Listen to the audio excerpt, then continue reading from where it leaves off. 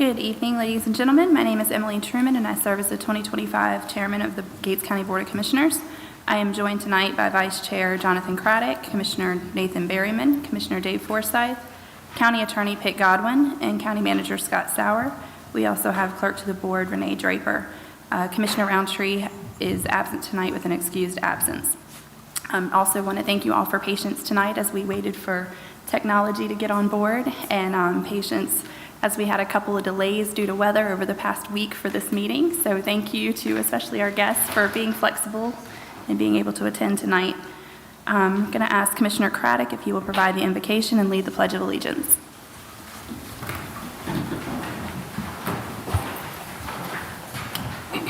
Let us pray.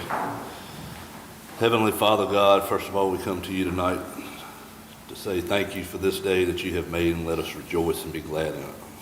Father God, we thank you for the protection you laid over this county last week with the winter weather and the travels back and forth.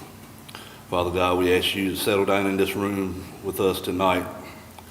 Help us make the best decisions for this county and our constituents.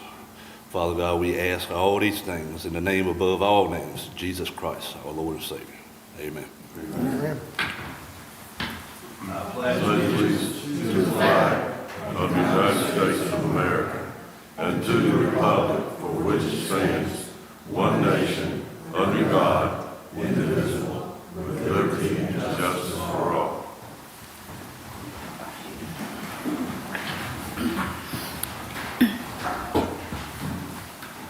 All right. So we are still experimenting with including public comments at both the beginning and the end of the meeting. If the board agrees at the end of tonight's meeting, I'll ask for the board to vote on whether to instruct staff to prepare an amendment to our bylaws or not. And there have been some items added to the new business section after discussion from our work session on Tuesday. The revised agenda is stapled on the top of your packet. Are there any additions or deletions to the agenda as provided to you? And if not, a motion to approve the agenda as presented is in order. So moved. So seconded. All right, all in favor? Aye. Any opposed? All right. Moving on to the consent agenda. Do any of the commissioners have questions about the consent items or need any clarification on the items as listed? If not, a motion to approve the consent agenda is in order. So moved. Second. All right, all in favor? Aye. Okay, and none opposed? All right. Ms. Draper, are there any individuals signed up for public comment tonight?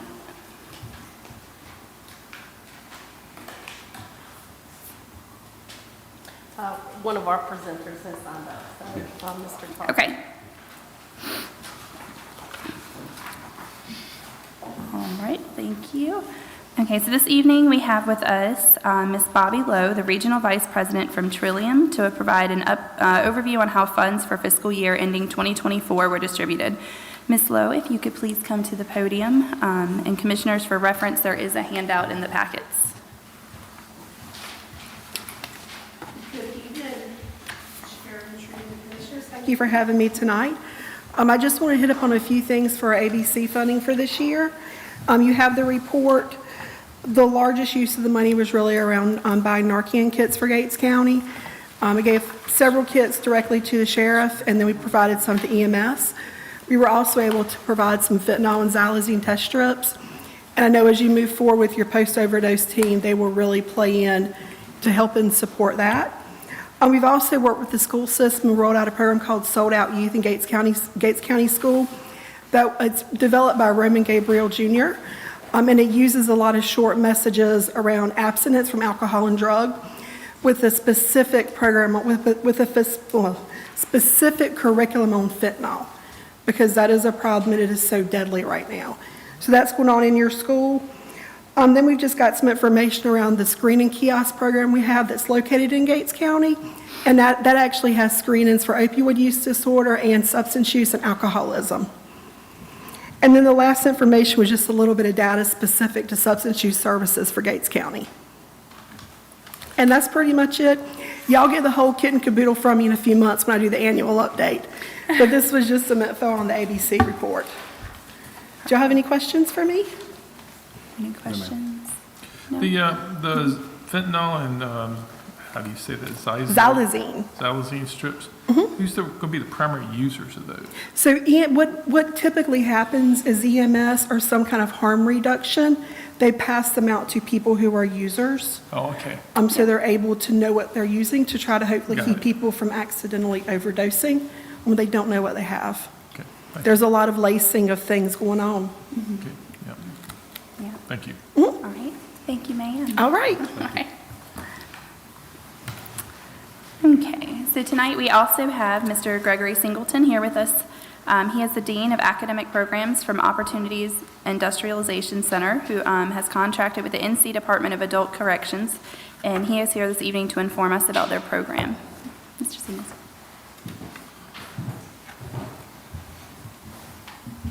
Thank you, Chairman. Greetings to the rest of the county commissioners, county attorney, as well as my friend, County Manager Scott. Again, my name is Greg Singleton. I'm the Dean of Academic Programs at OIC, which stands for Opportunities Industrialization Center.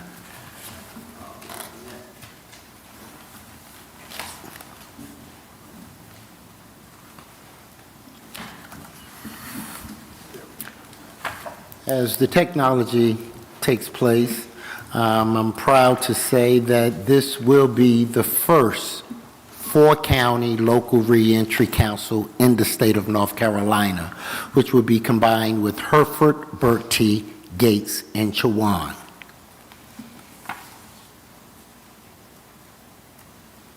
Oh, I'm gonna get this thing going right. Here we go. Maybe I won't. There you go. Ah, look at that. Okay, who is OIC? OIC is standing for Opportunities Industrialization Center of America, builds economic power for poor people in America. We invest in cutting-edge, low-cost education to no-cost education for in-demand careers, enriching lives, strengthening local economies, and helping businesses thrive. Because we know at the end of the day, without a thriving workforce, our economic development will struggle. So when we look at OIC, we are actually OIC of Rocky Mount. So the best way to look at it is you have your corporate office, and then you have other offices that take root. And OIC of Rocky Mount took root because Edgecombe Nash was considered one of the low-income areas where people were thriving, were trying to thrive to get their foothold in the workforce so that they can take care of their families. So OIC gave that focus to uplift unemployed, underemployed, and justice-involved people. And for those who are not familiar with the term justice-involved, we're talking about those that's returning from prison and jail. I did it again and went backwards. All right. So, what is a local reentry council? Local Reentry Council is an organization, organized network of individuals and agencies that provide supervision and coordination to help people in their return. If you think about somebody returning from a bad situation, whether that be medically, returning from the hospital, or returning back into the workforce, it can be a little traumatic. Cause your anxieties to lift, cause a lot of things. One thing we don't want to happen is for people to quit. So local reentry councils are put in place to remove those barriers that often people have when they return from prison and jail. And again, the purpose of the local reentry council is to bring together local stakeholders, local community resources that already exist. We're not here to reinvent the wheel. We're here to maximize the services that are already there. And if those services are not in place, guess what we have? We have an opportunity to put them there. Example, when I first built the Reentry Council in Craven and Pamlico, one of the areas that we really needed to true up with was transportation. get somebody a job and they can't get there, we just created another barrier. So I was asked to sit on the advisory board of CARTS, which is our transportation portal. And collectively, we was able to come up with routes. We was able to come up with where we can pay for travel in advance, and they had a voucher. So it gave us opportunity to come up with some creative ways to maximize our service and to help this population return.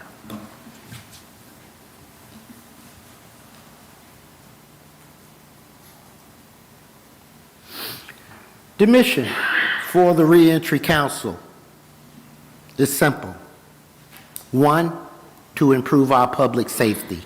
In order for someone to return or rescind, they must either violate the charge they already have or create a new one. Our mission is to improve our public safety with our local reentry councils. Also, lowering the collateral costs of incarceration. Now, I'm sure we've all seen the Andy Griffith Show, one of my favorites. My guy is Ernest T. Bass. He keeps it going. But I want you to pay attention to Otis. Otis returns every Friday. That's recidivism, even though it's in a comedic fashion, but it is still a return back to a same state. And there's something else that takes place when Otis returns. The familiarity that he has with the staff, being Andy and Barney. That is real life, even though in a comedic fashion. So to improve custody, we don't want the same people coming back day in and day out. Why? It increases our county taxes as well. Think about it. In Craven County, where we're supposed to be able to house in our county jail 200 people. Right now, because I have a good rapport with the sheriff, we have 347 in that county jail. Of course, we had a lot of backup since COVID, but still, a lot of those in that prison are of the same population. If, and we will be successful with local reentry councils, we will improve taxpayers. Why? Because we're converting unemployed people to become employed. And if they are gainfully employed, they become taxpayers. Those are the three missions of the local reentry council. What we are today with our council and what it will consist of, it will consist of a diverse executive committee. The executive committee will be made up of people from Hereford, Berkeley, Gates, and Chowan. And I'm proud to say that we have our chair, Mr. Scott, and our vice chair, which is the county manager at Berkeley, Mr. Warren Vaughn. It would also be made up of advisory committees. Now, advisory committees will be per county. Each county will have its own advisory committee. I learned a long time ago that all counties don't operate the same, nor do all counties have the same needs. So we want each county to keep its individuality as to how they operate, their culture, things that's important to them. And those advisory boards will provide that. The advisory boards will meet monthly, and they will report up to the executive committee quarterly. This local reentry council, this regional reentry council will consist of 2 full-time people, and they will be considered case managers. But what we did, okay, so the state allows us a case manager and a job placement specialist, but we want to keep these counties in uniform. We don't want to have a case manager over here and a job placement specialist there. So what we did was created a case manager, but we wrote job placement specialist duties inside of that case manager's role so that everything looks uniform. And I've learned this from building reentry councils. To keep it uniform, you can better control it, better measure it. Why was reentry council started? We can read all of what the General Assembly did, but more importantly, the reason why it was started was to remove prison barriers so that we can keep people from returning back into the system. The recidivism rate was so high. In North Carolina, we was looking at about 48% recidivism rate returned within the first 2 years of incarceration. Let it marinate for a second. 48%. That's almost 50% of the individuals that was getting out were coming right back in within the first 2 years. And we're talking about the cost for one inmate anywhere from $32,000 to $64,000 a year. That's for a healthy inmate, and that depending on which state they're in, when it only costs anywhere from $500 to $1,500 to educate that person and they don't return. These are the line items laid out by the North Carolina Department of Adult Corrections, which is the RFP that we receive to manage these local reentry councils. And it covers these areas that you see listed: housing, transportation, food, clothing, education, employment, health care, substance abuse, and child care. These are the line items that is listed for local reentry councils. What is an intermediary agency? It is the policy of the North Carolina Department of Adult Corrections that each local reentry council have an organization with the state and/or a local recognition to serve as the intermediary agency. In layman's terms, they are responsible for the contract. If anything goes wrong, the state is coming to the intermediary agency to ask them some questions. When there is an audit to take place, it will take place at the intermediary agency's level. Not only do the intermediary agency provide administrative support and oversight of the local reentry council, but also the implementation of the local reentry council. As you will see, that first area is the fiscal agent. Also, they play the liaison role between the Department of Adult Corrections and the Reentry Council itself. Also, we provide administrative support and technical assistance. The budget. In order to receive the state's request for proposal, the intermediary agency is required to present a budget as to how they will be paid. And this is a reimbursement contract, so I give major kudos to OIC for putting the money up first. So as you can see, that each position will pay $48,000 a year along with the French benefits, including health insurance, things of that nature. Also, there is line item.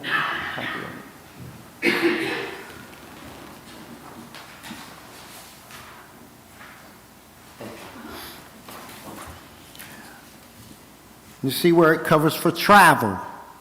And these are for the 2 case managers that will be hired. So when they're back and forth to Raleigh, point A to point B is allocated for that. Contract services, $30,000. Contractual services, that would be those areas, those 9 line items for housing, food, clothes, shelter.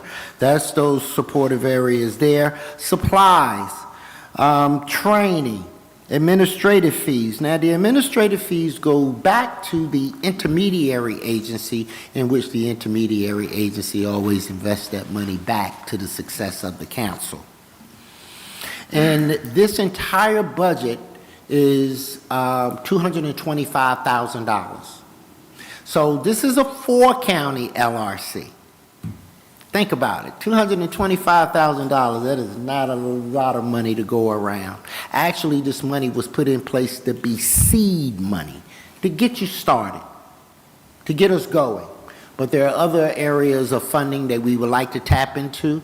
My good friend Bobby Lowe with Trillium, as we've talked about opioid funds.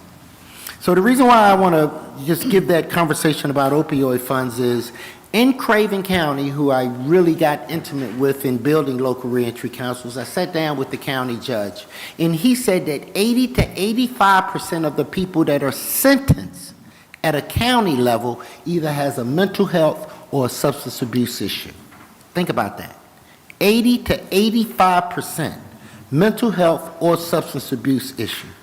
That's not leaving a lot of ready workforce for the workforce. But at the same time, we cannot give up on those citizens, because those citizens too can recover and can do better. and can be a major, major plus factor in our community. The next step is we will be posting those 2 positions, and we will be connecting to post those on your website, on your county board, because we want to employ people that is of this community, that is from Gates, Bertie, Hertford, or Chowan. So we will be posting the case manager position on February the 15th, and then we want to follow up with town hall meetings. It is imperative that we bring the community at large on board so that they don't have any questions. If they have questions, we want to be able to address those questions that they may have. Because again, there's a lot of programs on TV, lock up, scare straight. It can really morph your mind and think that every justice-involved person has intentions to do harm. Now, I'm able to stand here as a man and to say that I am justice involved. I did 5 years in the federal penitentiary. So my purpose is very rooted, and it was somebody that gave me a chance, gave me an opportunity. So when I introduced the Reentry Council to Craven County, I got pretty much a mirror response when I had an opportunity to sit down with your chair. You was able to see that that she was concerned and that she was passionate about moving this forward. But before I even got to her, I had to sell your county manager, and he wasn't an easy sell. But once he realized what this was all about, he was absolutely on board. So after the town hall meetings, we want to go ahead and start developing our advisory committees. So you're going to have your executive committee, which we've already formed our executive board, chair and vice chair, and now we're going to move to town halls where we're going to invite community at large to be a part by joining the advisory committee. Are there any questions at this time? Please feel free. Okay, totally not familiar with this program at all. First question would be so this funding, you show a budget and you describe it, clearly lofty goals, nobody's going to argue the lofty goals of it, the value of it. But where's this money coming from? Oh, we won the RFP. That's state funded. Totally state funded? Absolutely. Okay. Come from the Department of Adult Corrections. That's a big hurdle for me. Okay. It All right. is, respectfully. All right, then the next point is what's our involvement as far as the county, individual counties? I hear you talking about an intermediary group between the state group and all, but what actual involvement happens here? How does it contact? No offense, I don't want to see the county manager having to engage all the time. I hear you saying you had to sell him, but No. where's the touch point in the county? The touch point is your constituents. I know for a fact that every county commissioner they care about their constituents. And this is about keeping your community safe. So my only ask is your support verbally. Yeah, no, let me ask you. I'm sorry, I don't mean to cut you off, because again, lofty goals, think it's good. Don't take that the wrong way, just trying to make sure I understand, the public can understand. So if there's somebody coming back in the community, how do we know as commissioners here, or the county, or individual citizens, how do they know, or how they get informed that what's happening, the success or failure? As to who's coming back, we will report back to your Board of Commissioners whenever invited. Okay. We will give you We invite you in, and Yeah. then you can come and tell us you've had We will give you the 15 people statistical that have gone numbers, how many people return, what is the status of, because we actually case manage those individuals. So we get a list from the state as to who's being released to your area within the year. Okay. And if I may, it begins before they're released. Like, Yes. the process begins before they're released, and then there's an integration process back into community. As I had shared with you during our Yes. meeting, it's very, very close to my heart. I do feel like a lot of people look at small towns and assume it's not necessary in those places, but we absolutely have that. Okay, one more thing. So as far as our sheriff goes, how does our sheriff participate or interact, or his involvement here? Because Well, I'd hate we to ho- see this as outside of him, because clearly that would seem like he would have a big interest in how it was progressing, what was occurring, sort I of. think our hope would be that he would participate and possibly serve on the local reentry council, or have one of his leadership folks be a part of that. This is huge for your sheriff's office. Yeah. Well, I know, I'm actually worried about overburdening him, to be honest with you. I wouldn't want him chasing down if it's a matter of he needs somebody from the county to check off or sign off. That's why I was trying to do that. No, that's why we have the case managers in place. Okay. Again, we receive a list. We will receive a list to everybody that's being released from the state into your county. Of course, the feds haven't gotten there yet to be able to provide that. And these are individuals that's coming back to your county, whether I stand here today or not. Right. We're just providing an accountability. Do they have to be state prisoners? No, So it can be somebody local gets absolutely. 120 days in jail or something This is local. focused Okay. on the local They level. usually come back home. That's Okay. They're coming back here. At Yeah. what point in time do you engage the individual coming back? I mean, is it like a while before they actually get out of prison, or is it? No. Well, right now, there is a program called Pathway Home 5. Okay. It's funded by the United States Department of Labor, where we're able to go inside of the county jails today and start working with those inmates as they exit out. Now, the Pathway Home 5 program is not in Gates, Hereford, and Chowan yet. That's why it's imperative that we go ahead and foster a relationship with the local county jails so that we know who's coming and we can start to work on their challenges. Because this program is post-release. Local Reentry Council is for post, not for pre. But, as you notice, it says local stakeholders. So it would behoove us to foster a relationship with the sheriff department, same thing I did in Craven. Foster the relationship, who you got coming out and how can we work with them. Yeah, it's been my experience that earlier you engage someone that is coming out of prison, that the better chance that they have for reentry. I mean, Absolutely. I know that our company, we participate in a reentry program from time to time if the right individual presents itself along the way. And we did I'm in construction, so we were doing a project where they were on site with working with our team for 18 months, and at the end, we got out of prison, he'd come out to the workforce, and that individual still works for us today and is a very, very good employee. And I'm glad you mentioned construction because the North Carolina Department of Transportation, which is the Highway Construction Academy, I've been doing a lot of road work going on here. I graduated from Ahoskie High, so this is the crib. Okay? This is the crib. And I've already talked with NCDOT about bringing a Highway Construction Academy here around the Reentry Council. I've already met with the Center of Energy Education as it relates to solar panel, weatherization, to bring the program here around reentry. As a matter of fact, Dr. Ayanna Wallace from the Center of Energy presented to our executive committee about bringing programming here. So this reentry council put a lot of spotlight on these areas that was not really recognized, and I know that for a fact. And if I could add, a decision point for the board, and this is being presented to all 4 counties, is that we need to find a location where the case manager can operate under hours when they can meet with these individuals when they're returning to the community and seeking help with employment, education, substance abuse coverage. And the first place that came to mind is the county-owned former prison site. And I touched on this real briefly when we had our planning session, but we've got about 20 acres there, and of course we've got different functions, but there's a former single-family home that used to be the superintendent's house, which may or may not be adaptable. It might be cheaper to take it down and bring in a modular unit.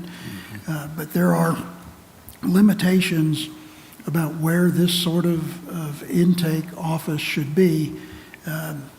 One, because when folks come out of prison, there are situations where someone is a registered sex offender. Absolutely. So we would not be able to use an empty office at DSS or ask the schools to use an empty office. We need to find a location that would provide an adequate buffer, yet the logistical amenities and being the former prison site, I think would be suitable, at least for discussion. The fact that it's adjacent to the DOT county facility. When we took Mr. Singleton out for a site visit back in, I guess, October, November, he was quick to point out that DOT does have these academies to train folks that are going to be working on the asphalt line. Maybe they're a flagger, it could be any number of jobs, where potentially we could host one of their training academies and look to the state to pay to put in a commercial modular unit that would have a classroom component and an office component, so that the case manager that we will be sharing with Chowan County will have a place to work out of. But they are, the state, the Division of, or Department of Adult Corrections is looking to each county to find a suitable office location. And again, this is the first one we've looked at and have begun to discuss, and I would certainly welcome the entire board to come for a site visit and walk around the facility and literally kick the tire. And Yeah, I guess before we start jumping down the road and we're bringing prisoners here and sex offenders and y'all are starting to raise all kinds of questions in my mind, I'd almost say, how about giving us points of contact in other places where these have already been cited? Let us talk to others and see how it's faring for them, to give an honest assessment. Sure, you're welcome to because contact Craven. I wouldn't want Gates County to become the halfway house of the state or the region. I mean, So the- no So offense. the thing is, these Hold are up, let people me that live finish, here, please. sir. The lofty goals are great, but ultimately, I'm sorry. public safety is my first goal. So I'm just asking for contacts. Let us check that. I Okay. apologize. Absolutely. Thank And you, sir. And I will say, these are your citizens that's Yes, returning these are the people that are here coming back anyways. anyway. They live here. It's not bringing in people from Raleigh that No, have gotten out no. for all these crimes. Yeah, but if you have It a is training people- facility No, 60 sir. miles It's- away, It's a re-entry program for people re-entering your community that are from here. so it has to be in our county for our. Absolutely. It is for our from here. It is citizens. for For our So your there citizens. won't citizens. be one in Nope. Bertie County for Bertie County? Nope. Oh, they're so- supposed to have one in well, all no, four Okay, counties. so it's a combined council. Right. Okay, it's a combined council. Right. Right, but it has its own advisory. So Gates will have this advisory. I get Shawana that. has I its got that. advisory, and they will make those decisions based on. I got that. And again, there will not be any Yeah, but y'all are integrating. mixing things here. I'm saying is the training facility where you go bring the people, and potentially y'all brought this subject up about sex offenders and pedophiles. Is there one of those in each of the four counties, or just the advisors in each of the four counties? And we're still going to cite maybe one location for a construction or reentry Good training question. location? So the plan is that Burt T. and Hertford will pair, Chowan and Gates will pair. Okay. Because my understanding, you, Gates, and Chowan already work together, Yeah, we're opposite sides of the river. That makes some natural, yeah, geographically makes some sense. Sure. right? Okay. So that's to ensure head count. So when we do have a training, because the reason why our local reentry council did not come here was because they said too rural, and you know the state don't, if it's not generating enough number in population, so they combined them. I was going to say, if we can't get a grocery store here, then, Well, yeah. we got a local reentry council Okay, here. so, Okay. question Yeah. still stands, can we get points of contact where these places have been located?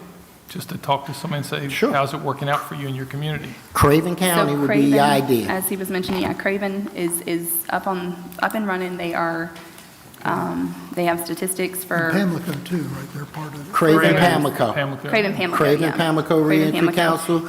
You can, I And if mean, you look up matter here, of there fact, I are- could send, provide you with the entire list of the current local reentry councils that are already existing and the emerging reentry councils that's coming online Yeah, now. I'm mainly just interested in the facilities, how those facilities work. And I think the program's fine. I've said it before, lofty goals, think that's good. It's the actual facilities and placing those and how they're functioning in their communities. Okay, Okay. thank you. Madam Does Chair, anybody if else have anything? Yeah. if I may, Madam Chair. So I've heard Craven, I've heard different kinds.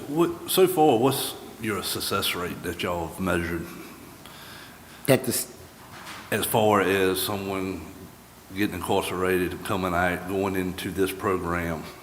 What's your success rate in that as far as going back into incarceration? in 2022, I received the Community College State Staff Person of the Year from programming that worked. And the last measurement that we did in Craven, 86% of the people that went through this program became employed. Now, of course, we know the challenge is, can you keep up with them 3 years, 2 months down the road? Right. But we, again, this has received such bipartisan support is because of the results. So I can't speak for every single, Right. but what I will say, I would not be standing up here in front of you if I did not think this was successful as a justice-involved person who Right. did 5 years in the federal penitentiary, who dust myself off and worked tremendously hard to become dean, not just at OIC, but a dean at a state institution. So again, it's one of those things that it's like, oh, put it this way. I was the reentry consultant for the Department of Adult Correction for 8 months. I was their go-to guy explaining how to build this. When I found out that the local reentry council had an opportunity in Hereford, Burke, T. Gates, and Chihuahua because I knew it was home, I resigned from the state and went to OIC to ensure it was successful. It's only one, maybe two people in the state of North Carolina that has built the Reentry Council from ground zero to success, and I'm one of those. Everybody at the state NCDAC, go and ask them if they built the Reentry Council before. They can't tell you yes, they can only tell you by concept. I've done it. I've seen it happen. I have the rapport of a number of elected officials because of this work. I was invited to the Board of Commissioners because of this work. I can't sit in that seat, but I'm just saying, we changed lives. We brought the city police together. We brought our sheriff department together. We brought a complete community at large together. And last but not least, there are 58 community colleges in North Carolina. There was one community college that became the intermediary agency, the first out of 58, and that was Craven Community College. You know why? Because of the results were overwhelming. And we did not walk not one registered sex offender onto that soil. We protect the integrity of the institution by making sure we got a safe landing space for them to come. As to what the county manager was speaking of, it's a genius idea. Because again, we can't welcome all of them to come to the community college, but guess how many community colleges have signed up to be intermediary agencies since we did it in Craven? 13. So this is not one of those programs that it's worth the time and the investment, because it's about uplifting people that's already going to return here. I'd rather have accountability than no accountability. Right. And I thank you for the information tonight. Next month, as you mentioned, we're going to have the town hall, so citizens with concerns can come forward, Absolutely. bring forth their concerns, bring forth your conversation. We will have more time to research and look into this prior to that meeting. This was not an action item tonight. It was just informational, educational, to give us the jump start on the conversation. But I will also add, here in April in the county, Trillium, as I know you Yes. talked with One of my Ms. Lowe, partners. but Trillium is going to be putting on a reentry simulation, and I have attended one in Elizabeth City last year, I believe it was. It was phenomenal. And for anybody that has any reservations about why this is necessary or what it feels like to be in the shoes of someone that is having to just face society again in a way that is kind of scary. It is. And I will say, in an hour and a half, 2-hour simulation, knowing I was going home and had a warm bed to go to and a warm house and food and a family, in 2 hours, I was very emotional and anxious and unnerved just from this process of seeing what people go through, and that was only 2 hours for me. So throw in, as you were saying, substance use disorder, mental illness, those kind of things, behavioral issues, on top of the battles they face with reentry, and it was overwhelming. So if you are able, because that will be open to anyone, if you're able, I will put that link out there. once it's scheduled, and we will mention it here month after month until then, you can register for that reentry simulation. You can go and hear more and be a part of education and educating people on what the process is and what the purpose is for it. Absolutely. So this is all educational again tonight. We're not taking any action on this. I look forward to hearing the community response and the community concerns, because those are valid. I mean, they are valid questions, valid concerns, but I think if we can just sit down and have the conversation, that it can really benefit our community. Absolutely. So, Absolutely. thank you, Mr. Singleton. Is there any other Thank you. questions? Congratulations too on your success after your incarceration, seriously. Thank you. Yeah. Appreciate it. Yeah. Thank you, sir. All right, so we are moving on to old business now. County Manager Sauer has prepared an outline PowerPoint presentation of the county's response to the fluoride discussions. We're going to invite Brad Arnold, Gates County Public Utilities Director, to step forward as any questions may arise, to answer any questions that may arise. And our consultants with Green Engineering are also with us this evening to advise on several alternatives for the county. So this is going to be old business item A. Manager Sauer. Well, I'd like to have us all say hello to Are they Representative up here? Okay. I didn't Bill see them. Ward and Senator Bobby Hanning. They agreed to join us as our partners in the fluoride pursuit. Yes. Hello, gentlemen. I did not see you pop up on the screen there. Glad to be here. Thank you. Thank you for allowing us to join. Well, just to take a little trip down memory lane, there was a study that had been done by the federal government called the National Toxicology Program, where they looked at fluoride exposure, neurodevelopment, and cognition. That came out in August on the 21st. It was the next day that Senator Hannig called me on my cell, just totally out of the blue. He said, "Hey, I've gotten a report related to fluoride." One of the staffers at the General Assembly pulled me aside and said, "Look, one of your counties is #1 in the state for groundwater elevated fluoride levels, and that's Gates County." The next day, National Public Radio put out on their All Things Considered broadcast a piece called Children's Health Fluoride IQ. There is a transcript of that in your handout that has the cover sheet is the letter that the board sent to Senator Hannig and Representative Ward. But if you've got an interest in seeing the actual transcript, you can also listen to it. And I'd have to say that in closing out that radio broadcast, the number one comment was there needs to be a lot more study on this issue in terms of tying the fluoride and the diminishment of the cognitive development. Again, one of the staffers at the General Assembly, coming through our legislators, directed us to some work that was done by the North Carolina Department of Commerce, and I'm supposed to be driving this thing, sorry. Let's see if I can get that.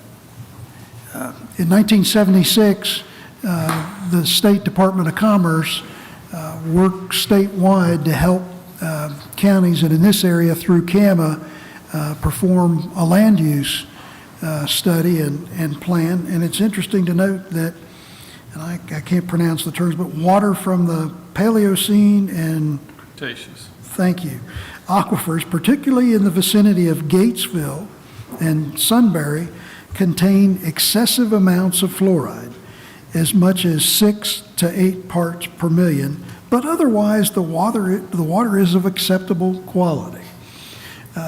This report predates both the water system that was constructed for the town of Gatesville and the water system that was constructed for the county of Gates, which now operate in a unified, merged system. Gates County, in developing its water system, built a water treatment plant. Everybody's familiar with Water Treatment Road. And We learned through a conversation that Brad had with Mr. Bud Ewer, who was the very first water superintendent for Gates County, that when that system was built with a fluoride filter and fluoride removal system, was one of only 3 in the country. And I won't bore you with all of the details, but I'd like Brad to talk just a little bit about what those components look like when they function, based on the information you had from Mr. Ewer. Well, it was designed with 4 media tanks or filter tanks which contain activated aluminum. Essentially, it's kind of dangerous. What it actually does is it galvanizes the fluoride element and makes it heavier and drops it out, and you backwash it out of the system anyway. But once it runs to those activated aluminum, then you have to feed sulfuric acid for the pH in the water. Then you had to feed caustic soda to offset the sulfuric acid. So it's just a whole bunch of different chemicals used to regulate the water once you took all the fluoride out with that particular process. And when speaking with Mr. Ewer, he said they were blending water, and the state agreed to allow them to discontinue using that type of system, and they just blended the water and took it all out. And just, that's all I know up to this point. Well, Brad was able to locate the plans Yes. from 1980, and we've got a couple snapshots so that you can see the vessels that were used for the fluoride removal, the injection for the sulfuric acid, and so forth. And we have hard copies available. We've got a small one in front of the board, but we've got a table size set of these plans. The engineering on this was done by Rivers and Associates, and then transitioned to Deal and Phillips. And I understand Mr. Bill Deal still lives in the area over in Perquimans County. I think Yes. Brad indicated he knew Mr. Deal. Again, this was part of our archaeological dig that was triggered by Senator Hannick's phone call. And I believe when they did the plant upgrade in 89 or 90, I believe is when they removed all the media tanks. And Well, item next, Can I ask you a question? I'm sorry if I'm the question guy, but knowing a little bit about this, I mean, the taking that process out, that was not that an uncommon system, a chemical treatment system for water.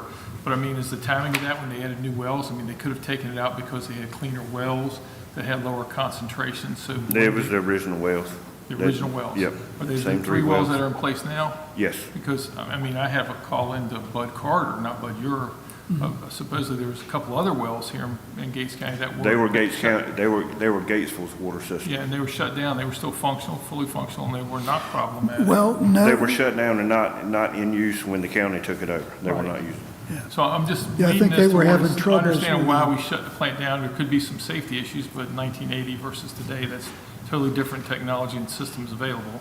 And then whether or not there was blending going on, and then before we go digging more wells, are there other wells that were just shut off in place that are potentially? No, just the 2 that town of Gatesville We- and the 3 wells that the county currently owns now. Have those been tested Well, recently? Yes. that's where we're headed, and Okay. our goal is to take this in a very slow, incremental process, looking at the 3 wells we currently have, the 2 wells that the county owned when we merged the 2 systems with the town of Gatesville. And Brad has also spoken with some farmers who have very large irrigation facilities about testing their water.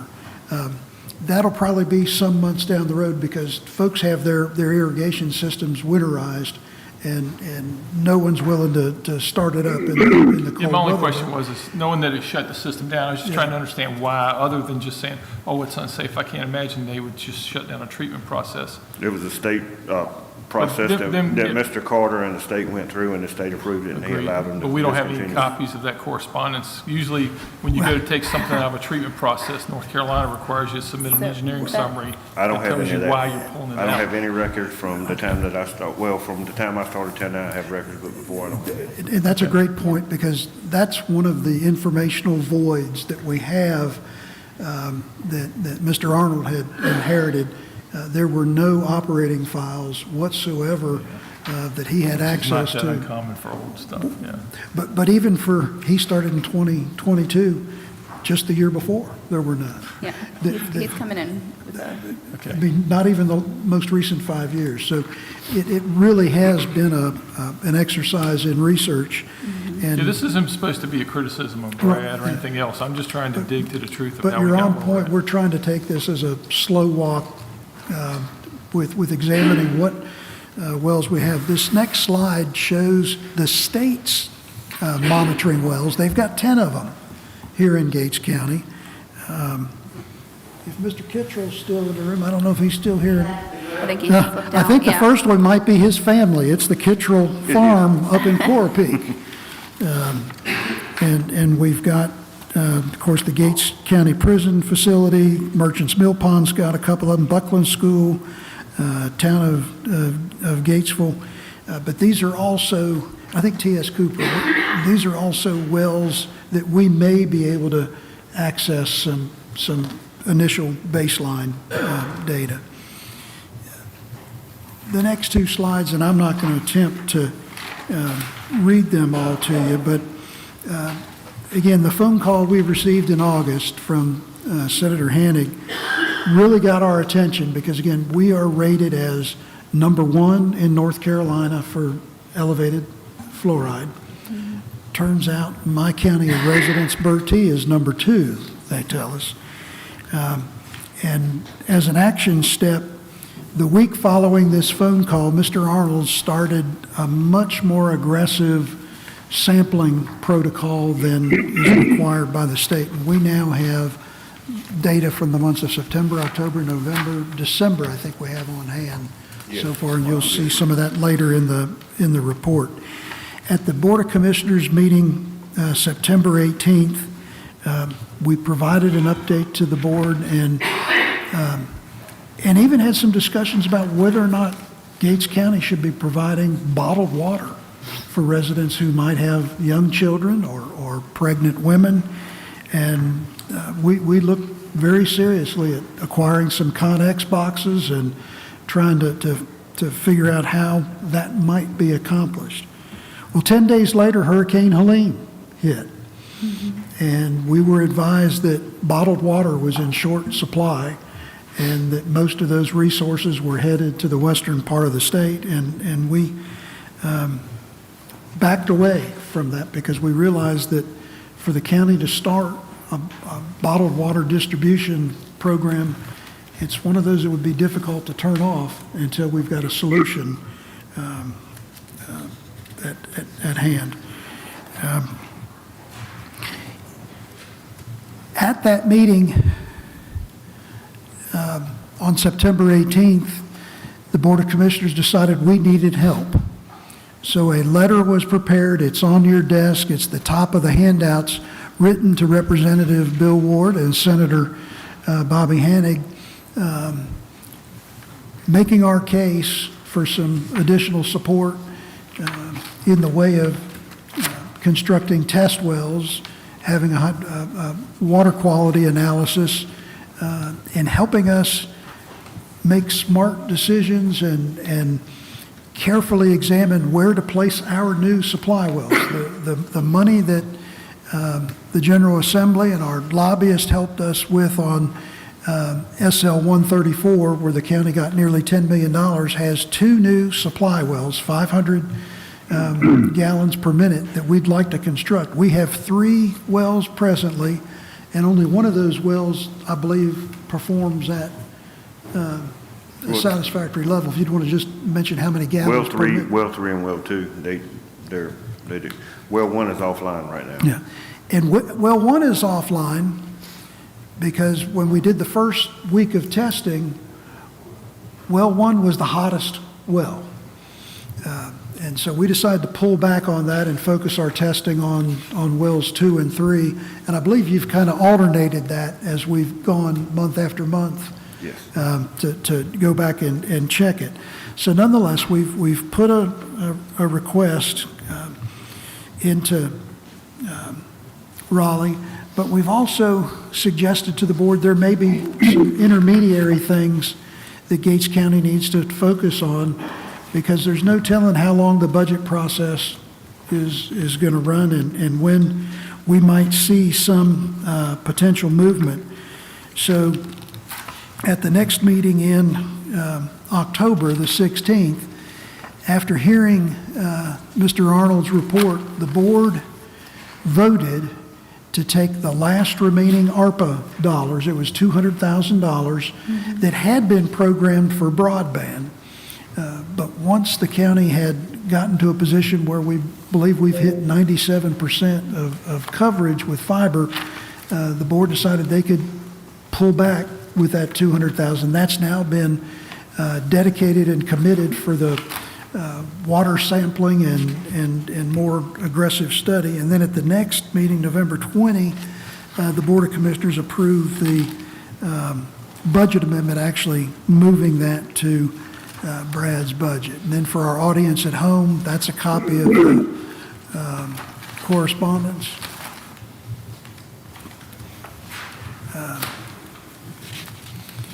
Item next is the water sampling data. We will put these PowerPoint reports up on the county's website. The next page is a duplicate of a page number 3 that your PowerPoint operator put up by error. Next page is a segment of SL 2023-134, which was the state biennium budget, which I first learned about through Mr. Steinberg when he thought we might have some directed project money in there. Well, our legislators have identified for us that there was also coverage on page 169 where the General Assembly was asking the state Public Health Commission to do a public water supply fluoridation study and to have a draft report put together on or before February 1st of 2024. Well, we're a little bit past, or almost past February 2024, and I'm not sure what progress is made, but this is certainly a developing concern and issue for the state. Item next is simply a summary of the drinking water quality reports that go out every year. And since 2014, we've been able to determine that Gates County has been notifying our customers about the elevated levels and the potential dangers of the fluoride. The national studies that have been performed are 2. They're by a group called the Environmental Working Group, and I believe this is a nonprofit. This first slide is the water systems that have the highest level of fluoride. And you'll see that top one is 9.5 parts per million. The lowest one on the list is 5.57. The next, and those are some very small systems that might only have 100 or so customers. Well, the next, or in their jurisdiction, the next page is the summary of the worst offenders for the large water systems. And Gates County qualifies as a large water system because we're serving a population of greater than 10,000 people. And we are 4th from the bottom. And again, this study is from 2017 to 2019. And the conclusions were made based on 2 samples in Gates County. So again, it's not that it's been a rigorous bit of research, but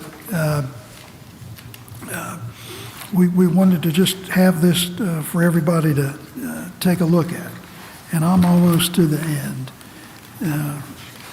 The last identifier is from DEQ. I will not try to summarize that, the next steps for Gates County Public Utilities is a further examination of our 3 existing supply wells.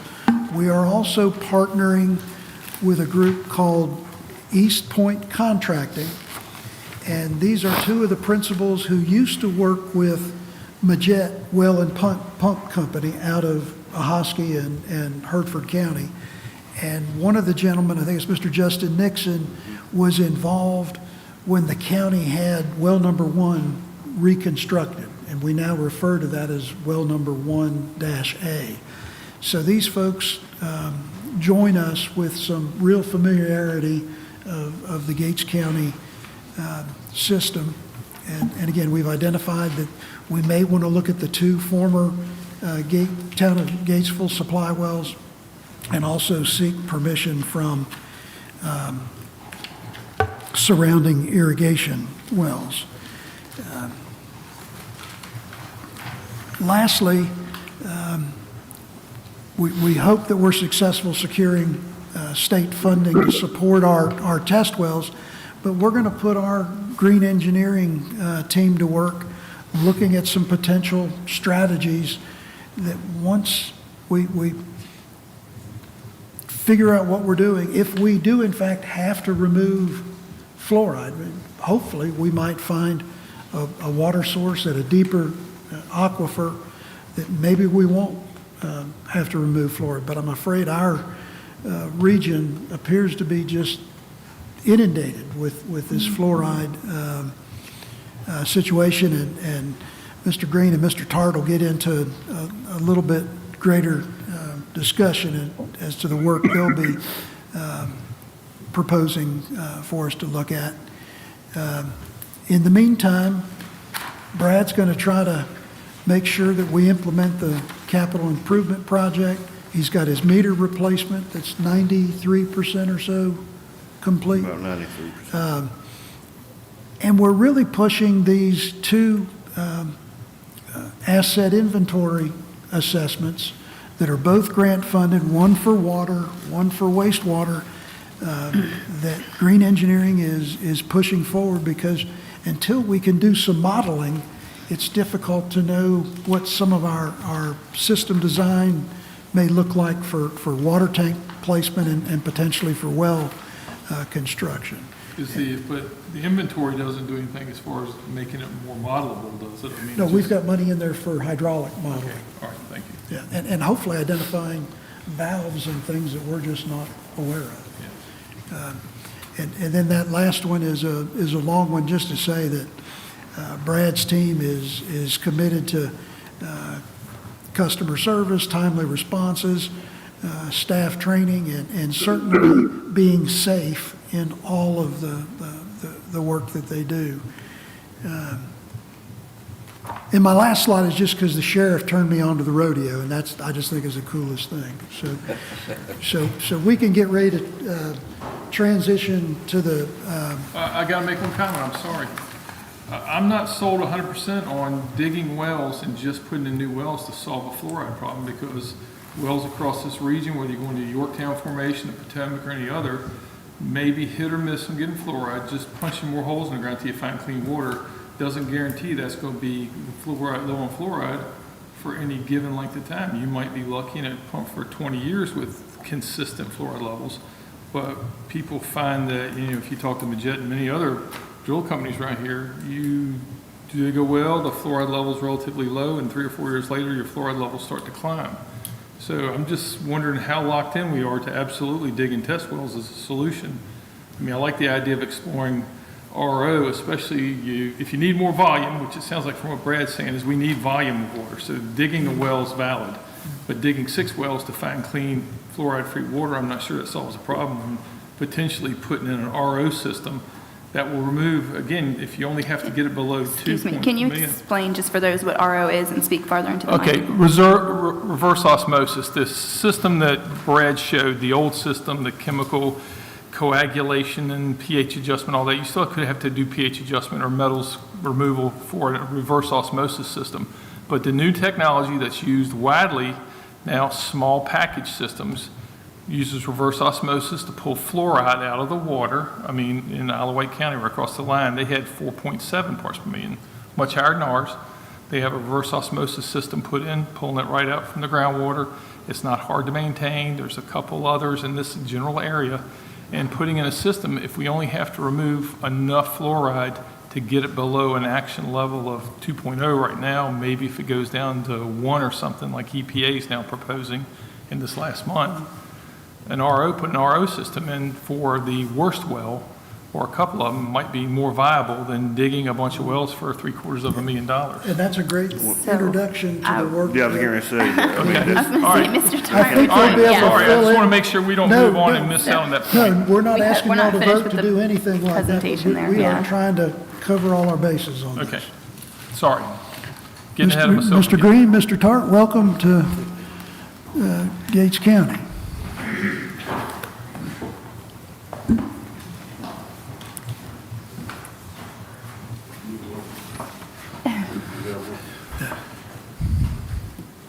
And Commissioner Forsythe, you've probably already done half of my presentation. We're going to get late and go on early enough. Yeah. Thank you, sir. And again, I want to say another big thanks to Representative Ward and Senator Yes. Hannick for joining us.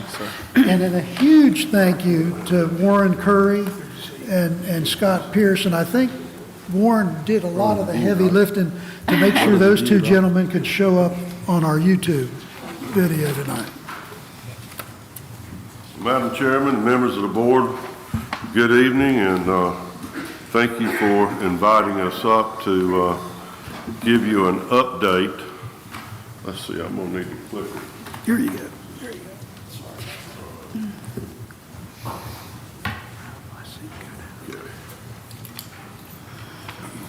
All right, Commissioner Forsythe, you made some comments that are very germane to what we're going to be putting out this evening, and that is, we've done a lot of research in the Virginia area, Suffolk area, and also North Carolina, and all this is talking to experts. It's questionable at this point what we exactly are going to do with regard to exploratory wells. However, let me caution that with the fact that the county needs an additional 2 wells. And I'll show you about that in a minute, because the proximity of the 3 wells you've got are within 3,000 feet. If there was some kind of local contamination right there, Yep. you're kind of SOL. And in the proposal to do 2 wells that's going to be paid for out of the SL 134 money, that's the grant money that the state put out, we're required with the state health to develop test wells first. So, in talking to Brad and Scott, I said, you know, if our senator and representative can get some funding for test wells, that'll save us over $100,000 per those 2 sites. So one of the things in this whole process is we're going to have to develop a lot of data. And we're short on information because previous managers just have not retained sound and solid records. So we develop data, and then we drill down through that data, and then we analyze it, and we will employ a sub-consultant, and that'll be groundwater management out of Greenville. They do a lot of our groundwater work. They're licensed geologists, and they know a lot about what's underground. It's pretty fascinating science. I told Mr. Green, I wish when I was in environmental and civil that I would have went back taken some hydrology, because it's interesting how the good Lord built and made this earth, and over eons of times of different stratas of earth, and water's trapped between those stratas. And I'll show you a picture of that in a minute, Madam Chairman and members of the board. Okay, I think it's important to understand that The county is not in violation of the US EPA drinking water standard, which is very lofty and really it's too high. It's 4 milligrams per liter. 4 milligrams per liter is the same thing as 4 parts per million. 4 parts per million is the same thing as 4 pounds of fluoride in 1 million pounds of water. Parts per million, okay? We'll just break it down for you. Or 4 pounds of tea, 4 pounds of sugar and 1 million pounds of tea. That's not Southern sweet tea. That's sweet. So your intermediate secondary MCL is 2 milligrams per liter. At 2 milligrams per liter, EPA requires that you go to public notice. So in the drinking water quality report that Brad has to put out, and I think all the ones previous to Brad, you're mandated by EPA to provide that information in the consumer confidence report. So you have done that. Research has continued on this, and in the toxicology report that Scott referred to a while ago that Senator Hannity and Representative Ward noticed, is that y'all hold a record in North Carolina and you rank number 6, and it's not in the NFL, it's in drinking water quality. Y'all are number 6 in the nation on fluoride. And we'll get into that probably in the next slide or two. All right, North Carolina, getting back to your point, Commissioner Forsythe, North Carolina has now recommended that we go to 0.8. And now with the new election and Robert Kennedy's going to be heading up, he's very anti-fluoride. I'm not totally anti-fluoride, but fluoride can be excessive and it can do damage. And research in these reports have determined that. So at about 0.5 to 0.8 is about where we want to be. In another 2 or 3 years, EPA could rule out fluoridation altogether. So we're saying when we choose this technology, we may not be blending. We may not take a part of it out and take some raw and mix it together and get it under that 0.8. We may have to take it down to 0. So it's critical that we do choose the right technology to do that, and I'm going to have a slide on that in a moment. Wrong way. Okay. While Senator Hannity and Representative Ward is working with the legislature to see if we can get you some additional money, we just took a wild guess. We know that test wells are costing us in some other counties right now about $100,000, and then all your analytical that goes with that can be as much as an additional $25,000. So I initially told Scott, let's shoot for 6 wells, but it may be 5 test wells. Okay, out of that 5, we know that 2 of them we got to do regardless. I will tell you a little bit more about that in a minute when I put up the county map. So, all the counties in the state of North Carolina back last fall got a notice about what's called the BRICS grant. And the BRICS grant stands for Building Resiliency and Capacity. And it's put out by the North Carolina Department of Public Safety. And we were doing a BRICS grant for another client who had requested we do it. And I talked to Scott about it, and I said, I think Gates County's got a better chance than the county that's wanting to apply for it. So what we're seeking for here is $1,950,000, and the county would put up, if you got funded, you would put up $100,000, so that'd be about a 95% grant.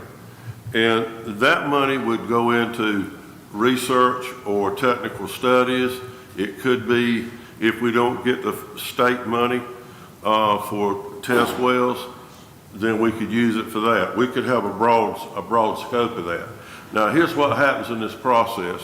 There's probably going to be 100 or more applicants, And most of those are going to be in systems in the west from the Helene damage. So we might get knocked out altogether.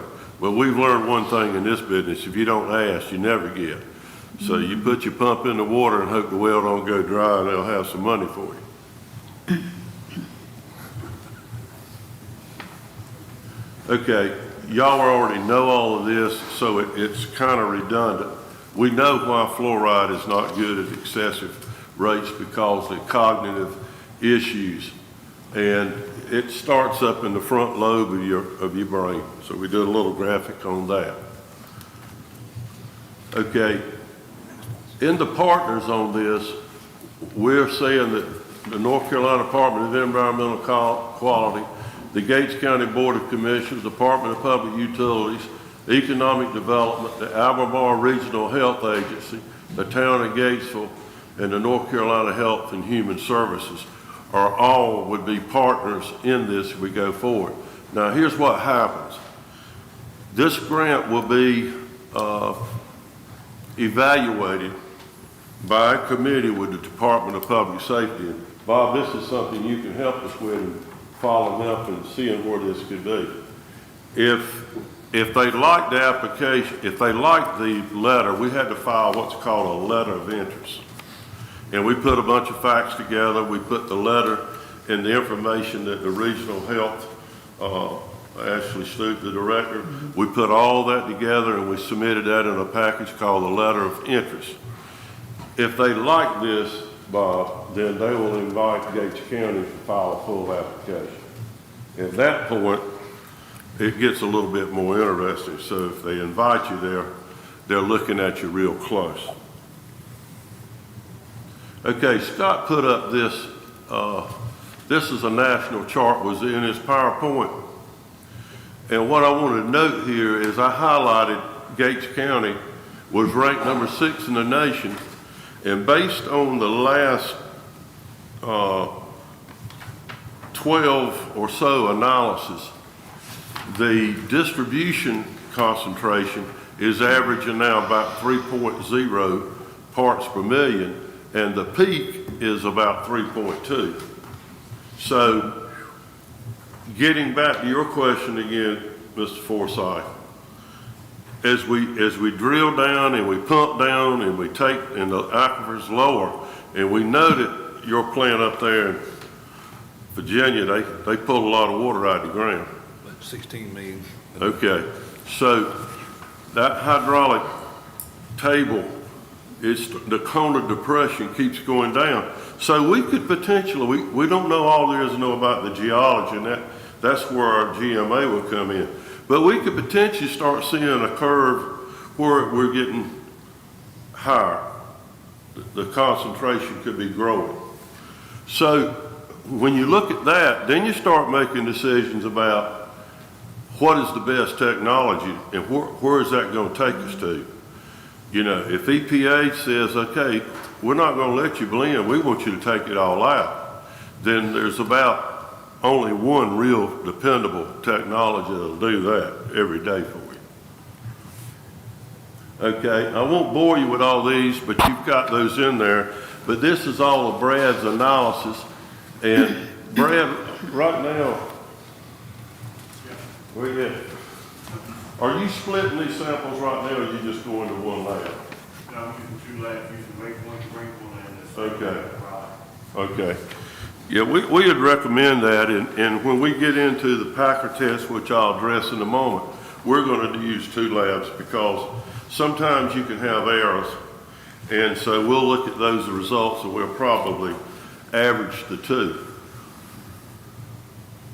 Okay, I'm going to move on to that, and I'm going to get into what we call now, over this whole entire project of looking at fluoride reduction, we boil this down into 6 phases. Phase 1 will be to do the Packer test on well 1A. Because of the proximity of those 3 wells, we think that they're all under the influence of each other. When Brad took the first test, well 1A spiked. He cut well 1A off, and boom, here it goes to the other 3 wells. So it's all over the place. So what we're going to do is do a packer test, and I've got a detailed drawing on that in a minute that we'll go through. So phase 2 is we'll look at the wells in Gatesville.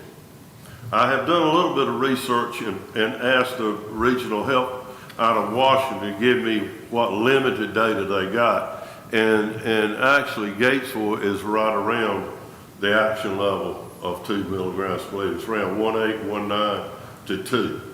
So I don't see that improving any. Okay, and then 3, if we get funded, if Representative Ward and Senator Haney can get the additional money, and Bob's help too, everybody working on the front, if we can, we're estimating at least $750,000, then we'll have money to go do some additional test wells. And we know we got to do 2, but we may decide and may come back and recommend to you after we do the packer test that we may want to push on and look at embracing a technology that will take it all out or have the capability of taking it all out. Phase 1 of whatever that treatment could be is reducing the concentration down to where you can blend it and get it under 0.8 milligrams per liter. That could be one phase. And then when EPA decides, the building and the facility would be set up to go ahead and do the additional removal of all of it. Okay, then phase 4, after we get all those results and all that data, we would write a PER, a preliminary engineer report, which would go in with an application for funding, whether that would be state money or wherever that money is going to come from. It may be that we'll lobby and we'll try to get some additional construction money once we know what that budget is. But I wouldn't even dare to try to tell you what that budget is right now. There's just too many missing parts to it. Okay. This is a well in the packer test. And let me explain that to you. Okay, those outside lines, that's the well casing going down in the ground. Okay, right here in this area where these blue lines, arrows point, right in there would be the first screen in that well. And that's probably 180 to 200 feet down in the ground. I can't remember what it is. All right, this device right here is like an air balloon, and this device right here is an air balloon. They're called packers. And what we do is the contractor will go into this well, he'll extract the existing pump that's in there.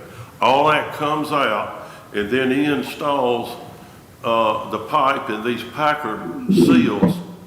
And then on top of that, a pump is connected, and then this area, this strata right here, will be pumped for 4 hours at a rate of about 30% of what the yield would be for that area. And after the end of 4 hours, we'll take a battery of samples and we'll split those to 2 labs. And what our objective here is, Madam Chair, members of the board, is that to see if there is in those screen settings a strata that's more contaminated than another. Can we look at that, and could we go in and seal that screen level off and get our water level down below the action level for right now? That's what we're looking at. And well, 1A has 3 screens?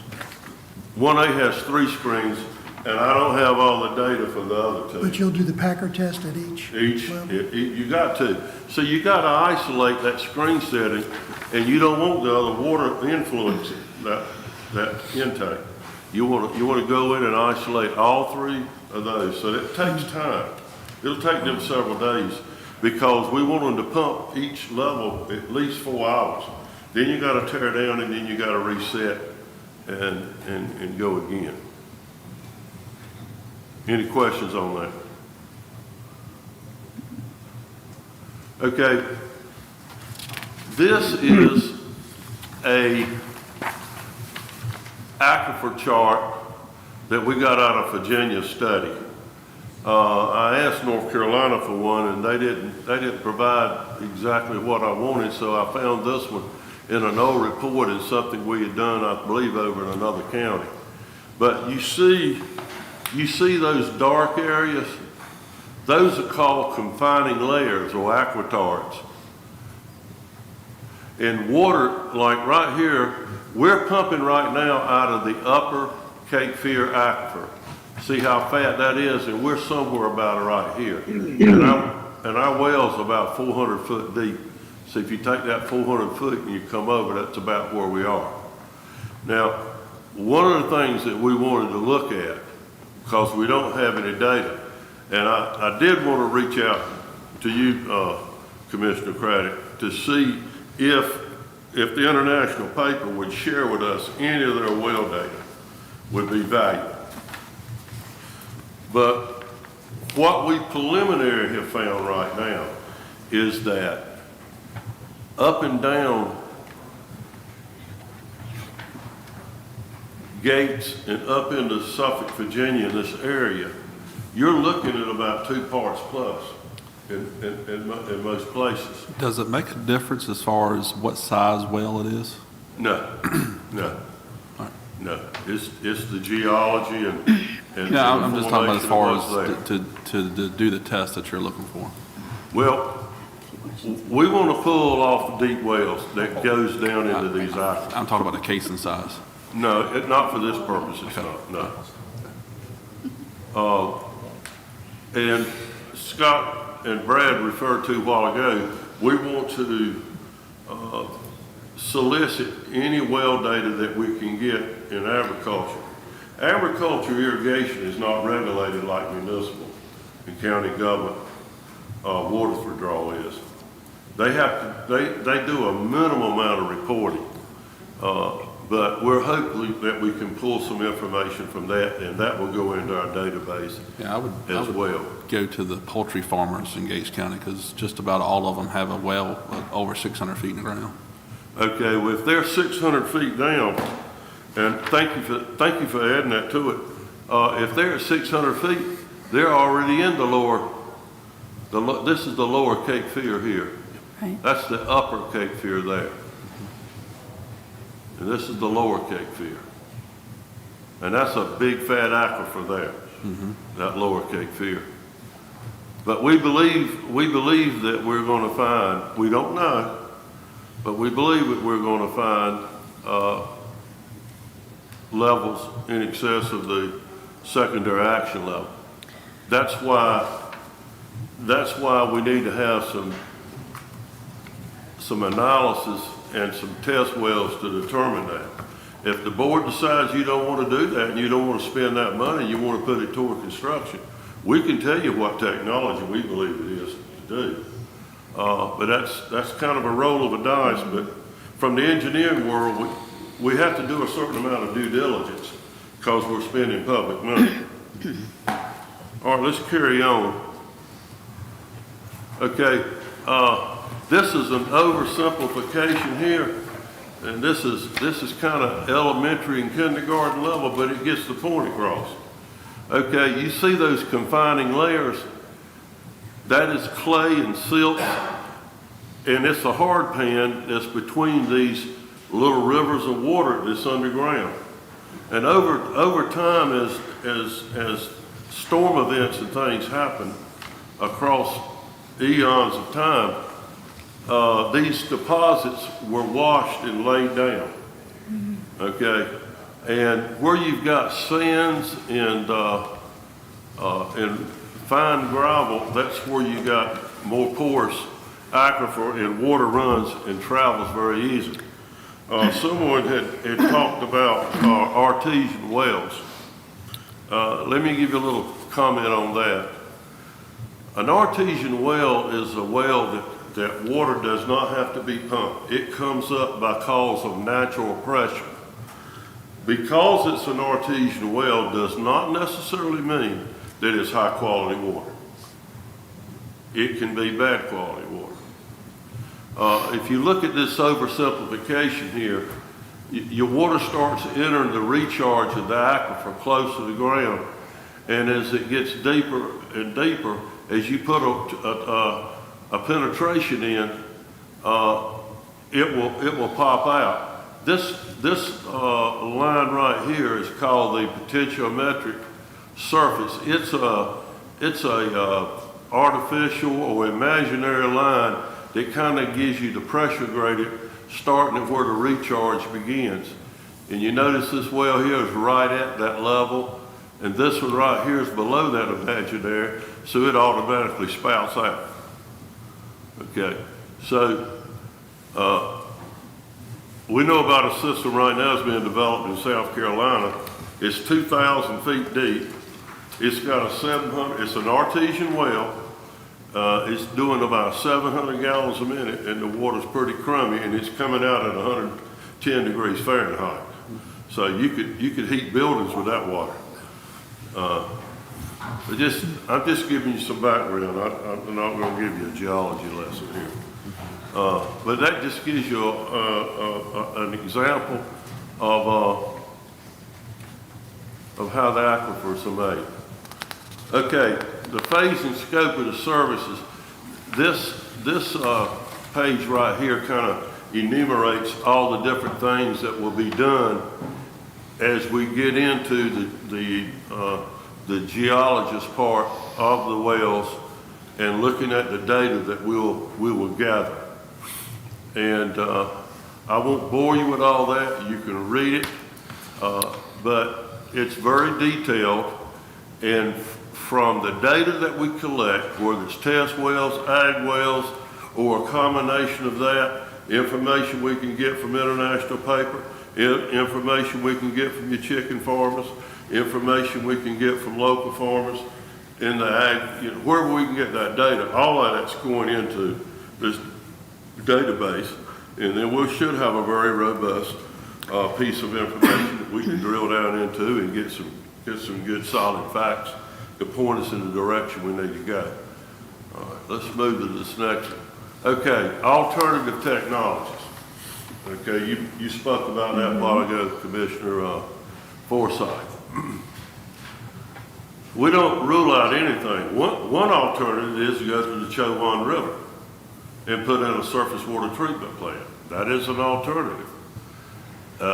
It would probably be about the most expensive alternative. The other thing is if it may have PFAS in it.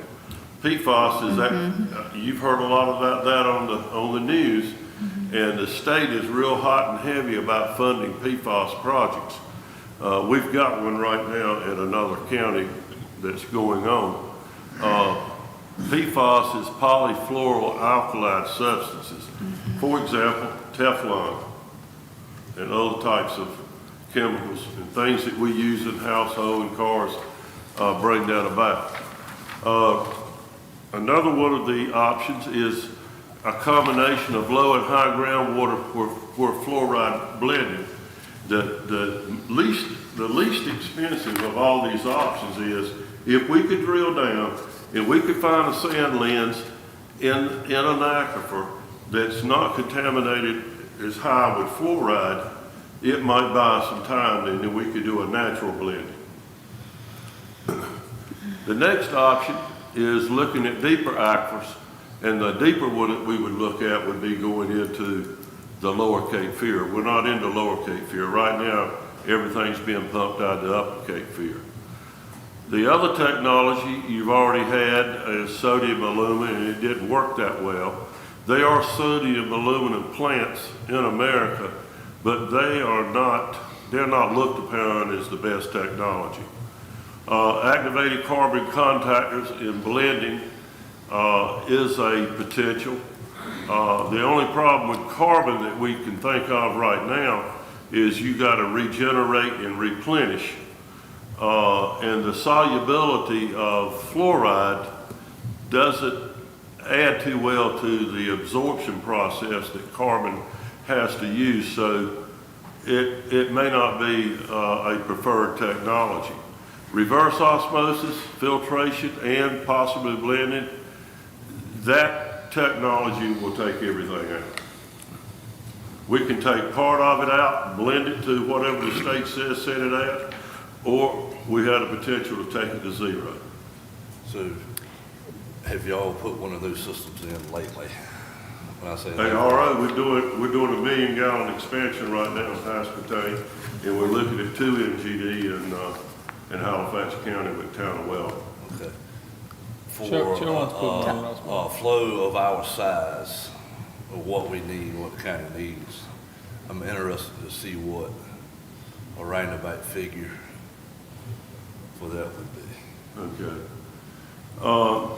Just the RO treatment, and I don't like to quote numbers. Yeah, and I'm not, Well, at this point. if you want to take some time and grab Yeah, some information, yeah. that's fine. But ROs get cheaper and cheaper. Yeah. It is coming down.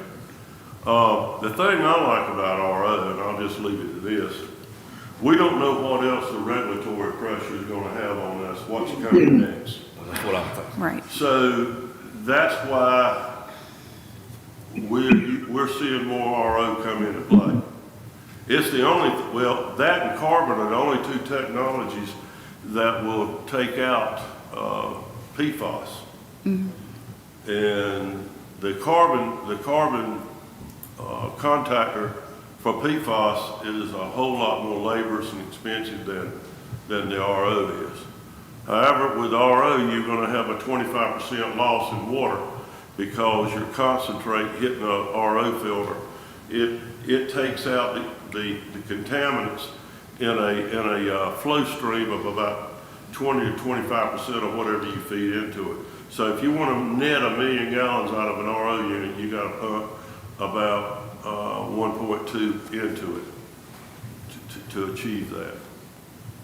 So the carbon thing, to answer your question, and to answer your question too, Jonathan, is that as far as the flow goes, it again depends on if we're building it to remove, get just below 2 right now and just leave space to add on additional treatment trains. You can basically take whatever you build to get it below 2, and if they lower it below 1, you can just duplicate it right next to it and increase the flow. But if we dig, say, 2 wells and they're both clean, the blending might take care of it. You don't need a reverse osmosis until you lower the level. So I see his point about they need to look at this a whole lot, but the carbon part, for instance, we put in 6 carbon units for removing PFAS in the Indian Ocean in 2016.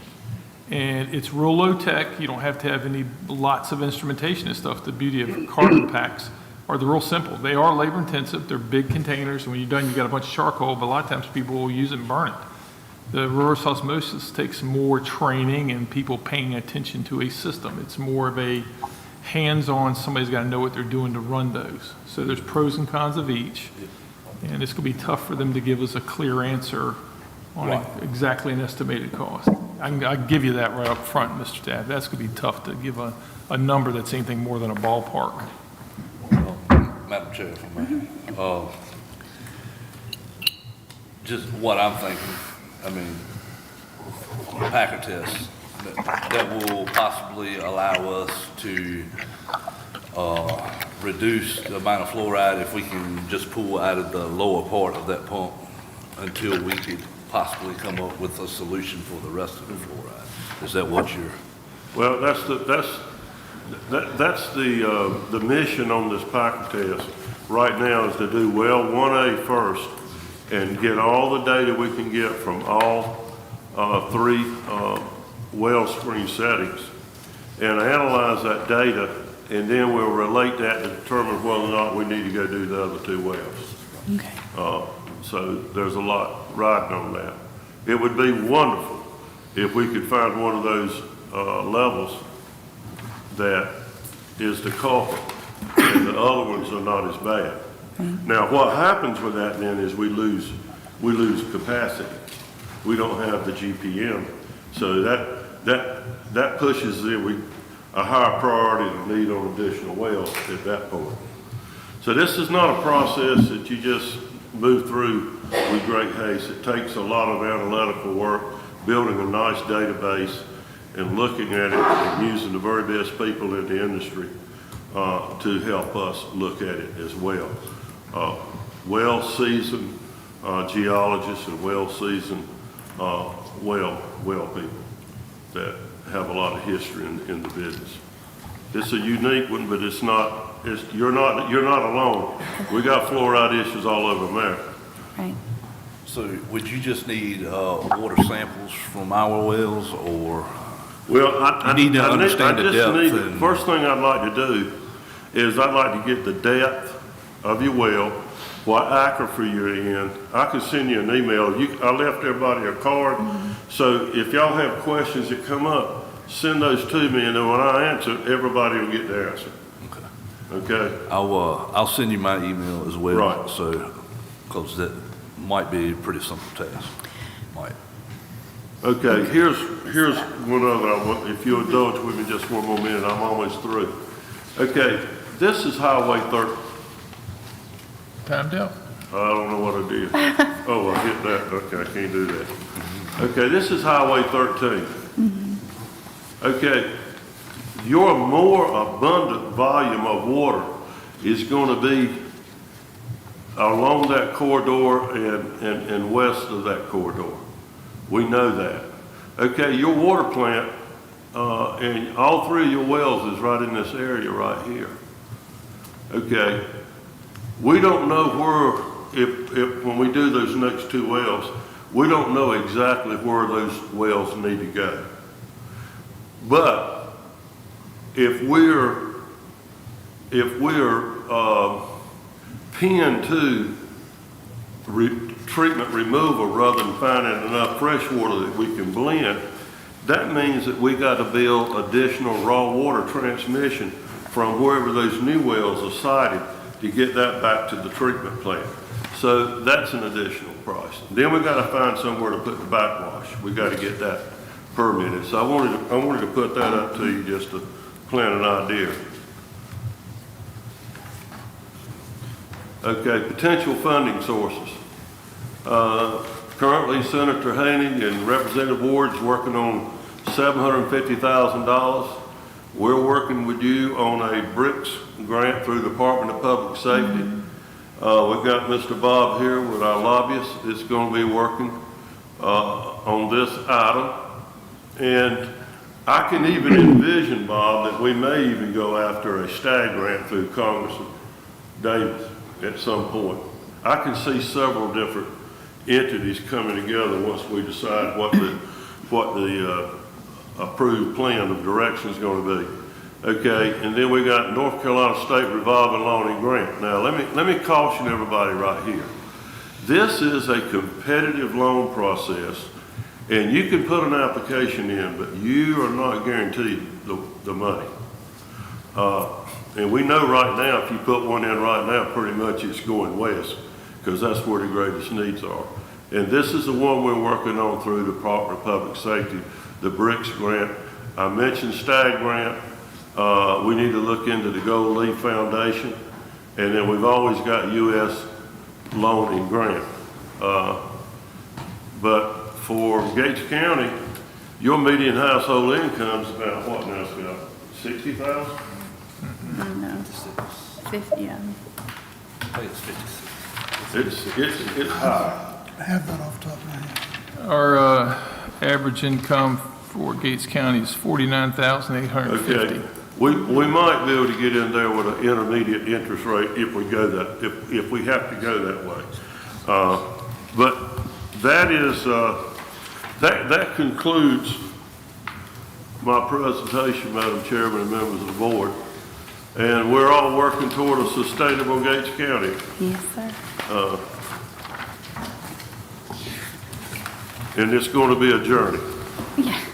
Well, I thank you. Obviously, there are lots of questions. I'm sure there will be more coming forward, but I mean, ultimately, time, money, efficiency, and time withstanding are going to be the things we need to consider. Like you said, we've been made aware for the past at least 12 years that we've had high fluoride in the county in water. I know my family, at home, we take measures to remove fluoride from our water at home because we were aware from the past 12 years that it's been an issue. I think looking at what you were saying is definitely something to consider, where if we're going to be required to bring that down to 0 from 0.8, then just lowering it at this point, what's going to be the most fiscally responsible looking forward at what changes could be coming and what we have to work with.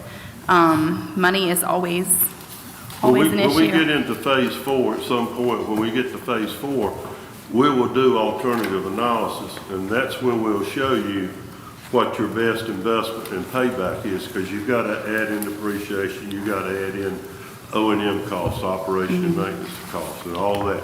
All that fits into it to make that final best technology decision.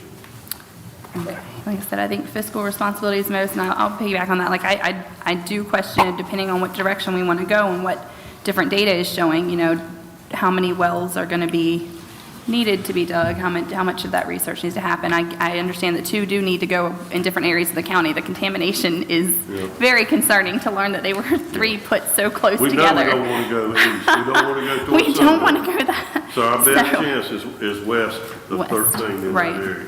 But the comment of that, what that really says, though, is just like your sketch showed, that the aquifer is deepening as they go east. It's not the water's not available, it's just you got to go much deeper. You gotta go deeper. And that deeper, it becomes way more expensive to get a wider, casing to go that deep.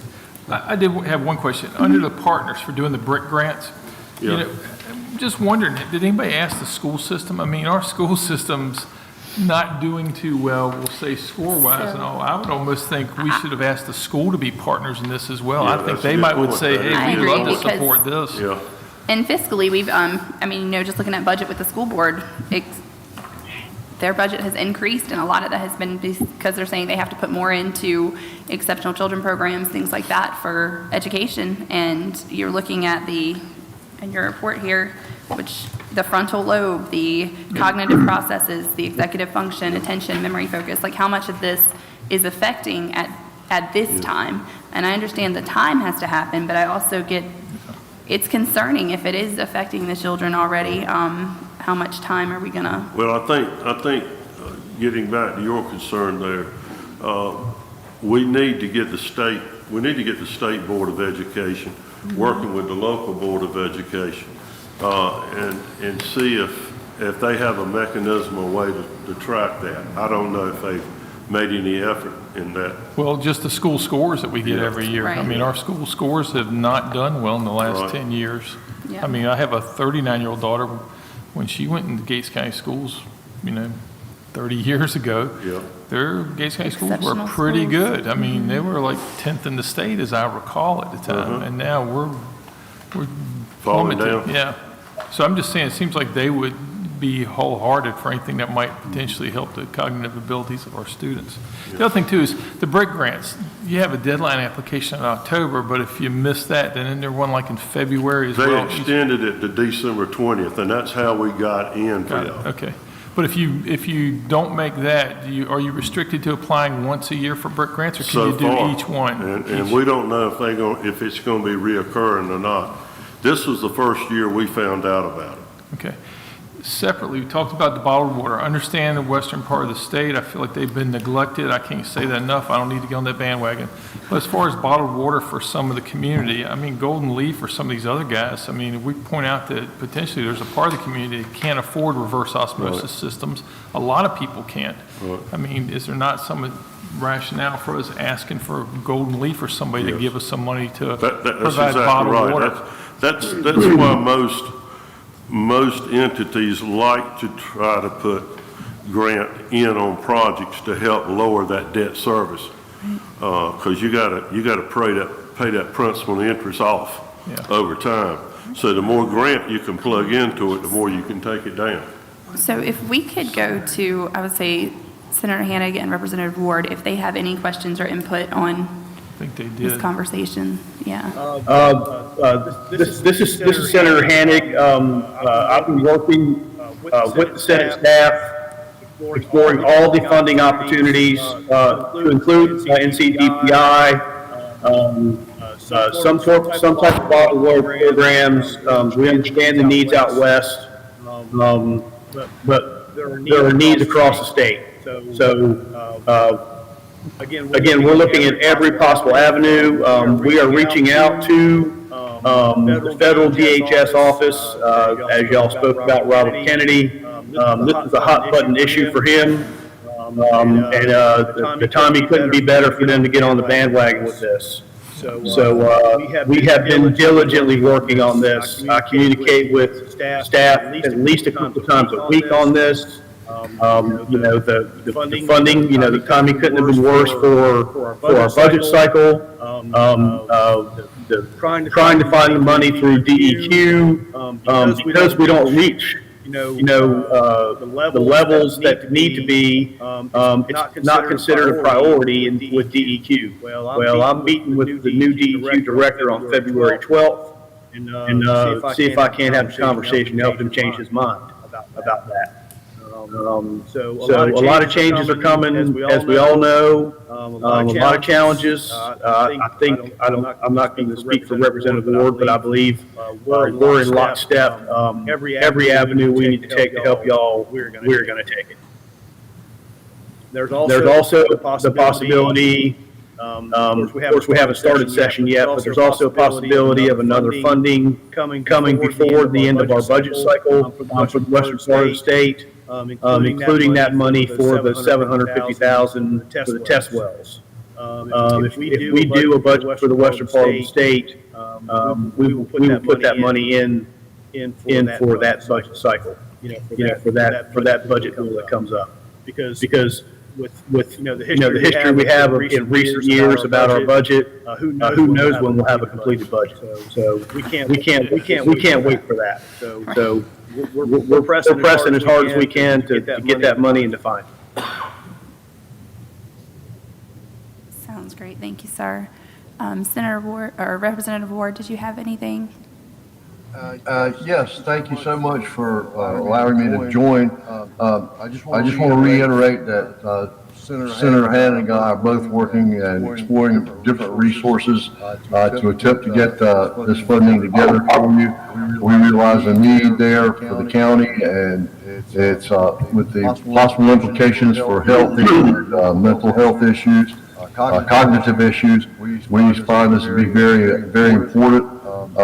We will continue to work together to attempt to locate these resources. And again, with the budgeting issue that we're facing right now with the western part of the state, we may be able to tap into some of that money through additional disaster funding and see if we can bring funding forward so we can go ahead and get this situation resolved. Perfect. Thank you, sir. All right. Thank you for the information. Thanks. Journey ahead of Do a 5-minute recess. We can. Yes. We can do a 5-minute recess, yes. Okay, so if there were no other questions for Mr. Tart? Okay. Thank you for your time. Thank you. Thank you. All right, so we'll be in recess Y'all for 5 got my minutes. card, send me your questions. Okay.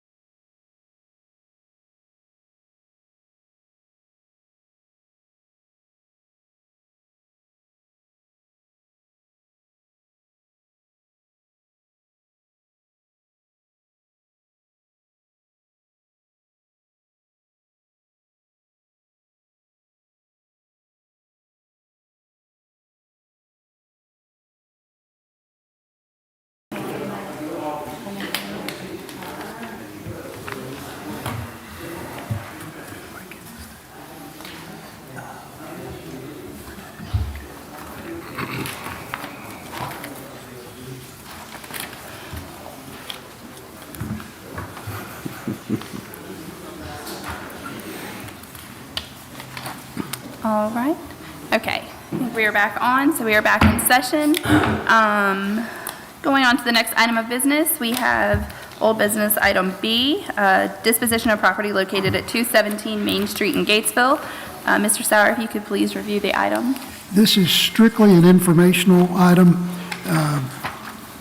Nearly a year ago, the Board of Commissioners in the town of Gatesville partnered in a push to have the burned-out house taken out at 217 Main Street, which has been completed. The property will be going to tax foreclosure later this spring. And I think they're now going to be at least 2 years in arrears, possibly 3. I don't recall the date of the burn, but I've discussed with the county attorney about having a claim of lien attached to the property because the county has $26,700 in the demolition. The town has about $1,000 in some grass cutting and maintenance costs that we'll want to recoup when that property is sold. But we just want to make sure everybody was aware of that, but there's no action required this evening. All right, thank you, sir. Did anybody have any questions on that, or no? Okay. All right, so next, at the December 2nd meeting, the board had the presentation from Ms. Sandra Jordan Branch, and the community partnership is ready to move forward with that. If we have any questions, now would be the time to go ahead and put those out, but consideration of the proposal from Gates County Community Partnership for the chat bench to be located at the Gates County Community Center. And if you go in your packet, there is a picture there that she had provided at the December meeting. So if we have any questions or comments, and if not, we'll need a motion to proceed with this, or... I just have one question. So it's going to the community center. Have we asked Mr. Raby, North Raby, the community center director, like his opinion or input? Have we given him control of where I to place it? believe they've already been in touch with him, and he'll help them situate the... So he's going to get final say on where it's going to be set? Okay. Yeah. Okay. Okay, any other questions or comments? No? Okay, so do we have a motion to move forward with the community chat bench? So moved. So seconded. All right, we have first and second. All in favor? Aye. And all opposed? Nay. None? Nay. Nay? Okay. Yeah. All right, so it carries 3-1, so it will pass. All right, moving on to new business now. So Okay. hopefully the board has had the opportunity to review these 3 grant project ordinances and are ready to vote. If not, Mr. County Manager and any commissioners, any commentary on that? These are lottery funds, $2.9 million for Cooper, $1.7 for Buckland, and at the high school, they've secured an additional $1 million on top of the 9.8. So we have 3 individual grant project ordinances for this lottery funding. I guess you could approve them individually or Right. in a series. Are we okay however. with taking them as a group? Any opinion on that? All right, so if we can get a motion for approval of the 3 grant project ordinances? I'll make a motion. All right. Second. Approval of it. All right, we have a first and second. All in favor? And any opposed? And who was the second? I missed. I was. Thank you. Just FYI, I plan on commenting about this later with another discussion item under new business. I'm going to refer to these projects. Okay. Still think it's approval's good things, yeah. Okay. All right, so next up, we have the board vacancies and updates by Ms. Draper, clerk to the board. Ms. Draper has provided a memo in the packet. Please refer to that as we ask her to come to the podium. Thank you, Madam Chair and Commissioners. On this memo, there's 4 separate reference points. As y'all are aware of the resignation from the Gates County ABC Board, so there is 1 vacancy due to that resignation. Albemarle Commission, and follow-up to Commissioner Forsyth's question from the December meeting, there is 1 at-large board member seat to fill. That can be a commissioner or any person in the public. For Clemens Gates 911 Communications Division Advisory Board, just as a point for the record, that was omitted in last month's discussion, so there's a revised list attached to this memo in your packet. I've spoken with Vice Chair Craddock, and he is available for that position if the board agrees. And then lastly, the Gates County EMS Rescue Board, excuse me, there has been discussion, and they have requested if there could be representation from a county commissioner on their board. And if the board is in favor, I would just ask that the chairman. Which one? Which one's that? The Gates County EMS Rescue Board. That would just need to be Looking for it. Okay. nominated on. Thank you. All right, so moving forward with the Gates County ABC Board, let's see. So that is one that we're waiting, am I correct? We're waiting for applications to come in for that? Okay. We do not have any applications. Okay, so that's still on file. hold? Yes. Okay. All right, thank you. Okay, so the next is the Albemarle Commission. We have one at-large member, as Commissioner Forsyth had pointed out at the last meeting, that it was a possibility, has been confirmed. So we could have a person from the board appointed or someone from the community. Do we have any motions for that? I'm already on there, so. Right. I mean, I'd make a motion for Commissioner Berryman. Yeah, I'd second that, for sure, yeah. Okay. All right. Third Thursday of each month, as long as you're available third Thursday each Yeah, month. I'm fine. Okay. Yep. All right, so if we have motion on the floor, do we have any discussion for that? Take a vote, all in favor? Any opposed? All right, so that carries. Commissioner Berryman, one more board to add to your list. Next up, we have the Brookwomen's Gates 911 Communications Division Advisory Board. This should have been on last month's, and we had omitted it, just an oversight. The revised list, as she said, is attached. Previously, that was held by Vice Chair Craddock. I know he has good rapport there. So if we could get a motion for someone, if there's any discussion there, but I know that he is well-versed on that board. Motion for continuing for you. For continuing Yeah, I'll for make that him. motion. Okay. I'll second that motion. Continue. All right. First and second, any discussion? All in favor? All right. Any opposed? No. Okay, and the next one is the Gates County EMS Rescue Board. Again, they have requested for representation from a county commissioner on their board. This is not one that we previously had a commissioner represented on.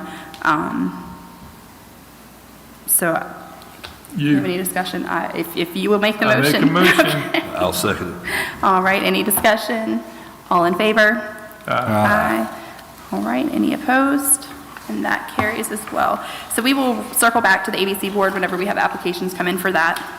And I do have one adjustment to make on this committee assignment list, Ms. Draper, when you're looking at it.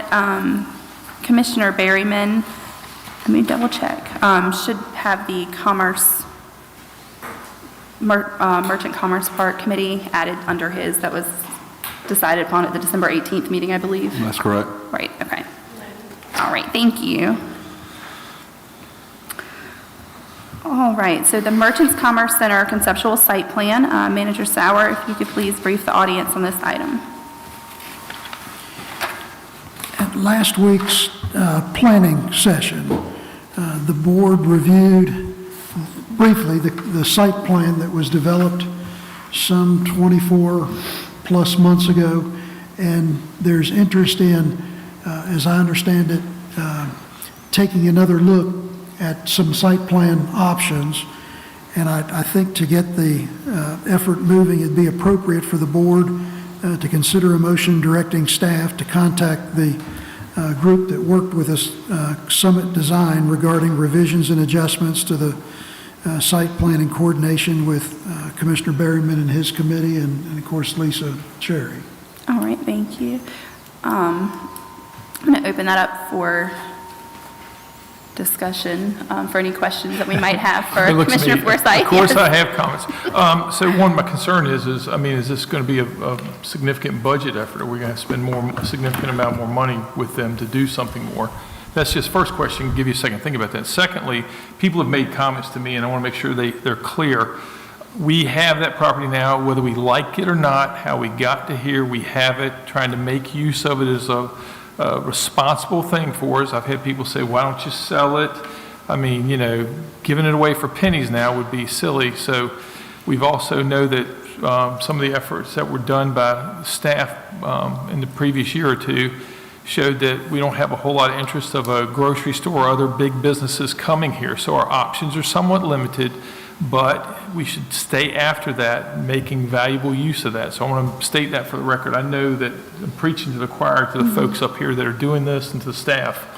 But I mean, the concern is about how much more we do with developing a site plan, spending more money, you know, throwing good money after bad. I'm a little concerned about, but while we still have to be good stewards of doing something with it valuable in an appropriate way. So Right. I'd like to go to Commissioner Berryman as overseeing that board. The biggest time, you're exactly right, Commissioner Forsythe, is at this point in time, we do own the land, and we should be good stewards of the county's property as well as their money. The biggest thing that, go ahead and redraw on this is putting everybody on the same page as far as what we would like to see done out there. There's several competing ideas that we would like to see out there, and the only way that you can really convey those ideas properly to the county and our citizens is this is a drawing, here it is, this is what it's going to look like.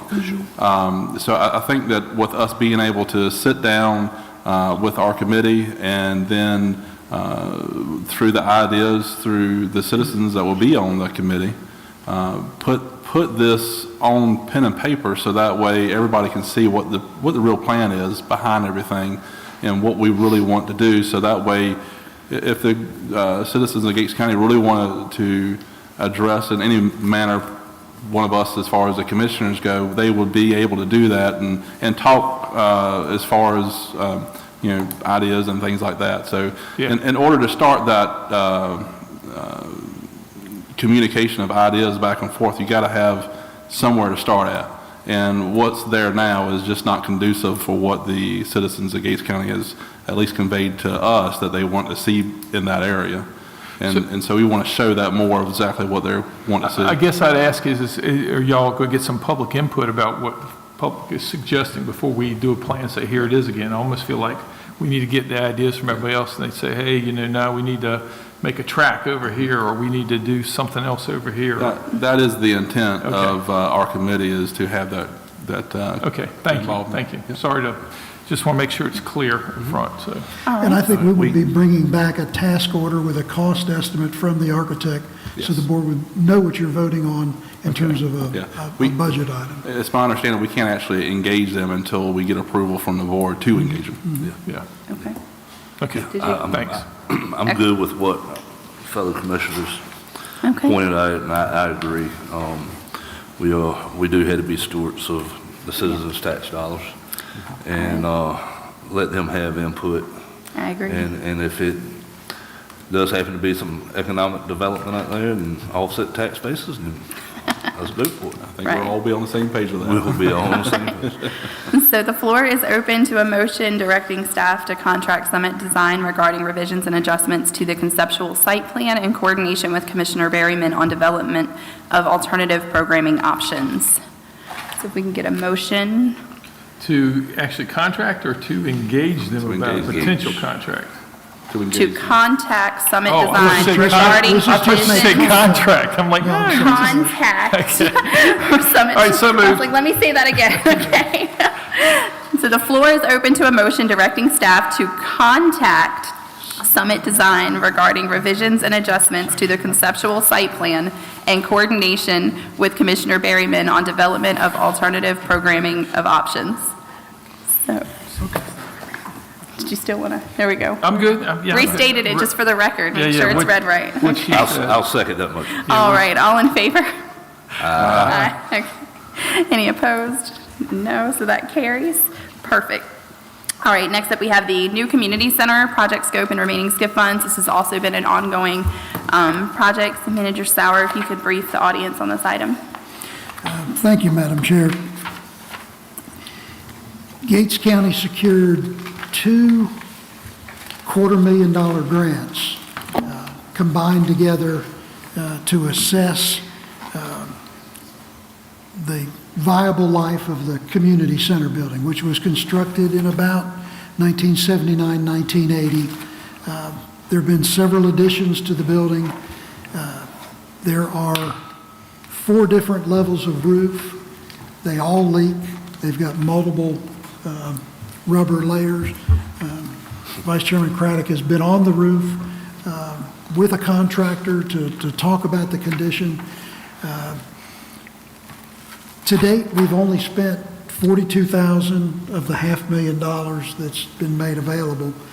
And there was discussion recently about moving forward to try to secure grant funding to build a new community center, possibly close to the place that was on the old conceptual plan, but somewhat north of the public library building. So if you're looking at the credit union, then the Gates House, the library, the senior center would be, I guess that's due north of those. So the suggestion is that the board take action tonight directing staff to contact the grant agency to see if we can expand the scope of the grant that's been offered and convert those dollars from planning or from construction dollars to rehab an old building that leaks to architect and engineering funds so that we could make plans to come up with construction drawings for a new facility so that when a grant is secured, you've got a shovel-ready site and set of plans to move forward. And we would estimate there could be close to $450,000 left of the original $500,000, which is two 250 grants put together. And the beauty of it is, I think what Scott's alluding to is that if we have design plans done, shovel ready, when you go to apply for grants, your scoring goes up significantly. If it's, as you refer to it, shovel ready. So this isn't about prepping for us to spend more of our money. It's actually making it more likely we could get state funds for it without a financial tail to go along with it, hopefully. Or federal funding. Right. All right, so I will entertain a motion directing staff to contact the appropriate NC grant agency regarding expansion of the project scope and utilization of remaining SCIF funding, approximately $450,000 for architectural and engineering design services to prepare construction drawings for a replacement facility to be located at the Merchants Commerce Center as proposed on the existing conceptual plan. So moved. So seconded. All right, we have a first and a second. All in favor? Aye. Any opposed? Nope. All right, so that carries. All right, next we have a regional jail study. And we have again been prepared on this a little bit with some information. So Manager Sauer, if you could brief the audience on this. In September of last year, Chowan County approached both Washington County and Gates County about being participants in a study for construction of a regional-sized jail. Chowan County has a very, very small, antiquated jail located behind the old courthouse in Edenton. They very much need to build a jail, and as they go through the planning, they'd like to see if they need to build any extra capacity for those counties that don't have a jail, like Gates County, to see if there might be interest in participating in the study and maybe one day committing to an agreement to house a portion of our inmates. This would involve the sheriff, this would involve members of the Board of Commissioners, and to work actively with the Chowan County peer group and the Washington County peer group. After the board's meeting last week, I reached out to Kevin Howard to see if it was too late to get on this program, and he said by all means they would be very interested in having us join them in this study process. And y'all asked me if I knew what it would cost, and of course I pulled a number out of my head that was not a good number. I think I told you $50,000. Well, this is much turns better. out the number that I got from the Chowan County manager is $11,625. So it'd be less than $12,000 for us to, For our portion. And for our portion, because it's a $35,000 study, and they've got it broken down by population. so Washington has committed already as well? That's my understanding. Okay. All right. Do we have any discussion, any questions on that item? No. I mean, a large, sorry, a large portion of taxpayers' dollars go to inmate housing. Right. I forgot what it is, William, I see you out there.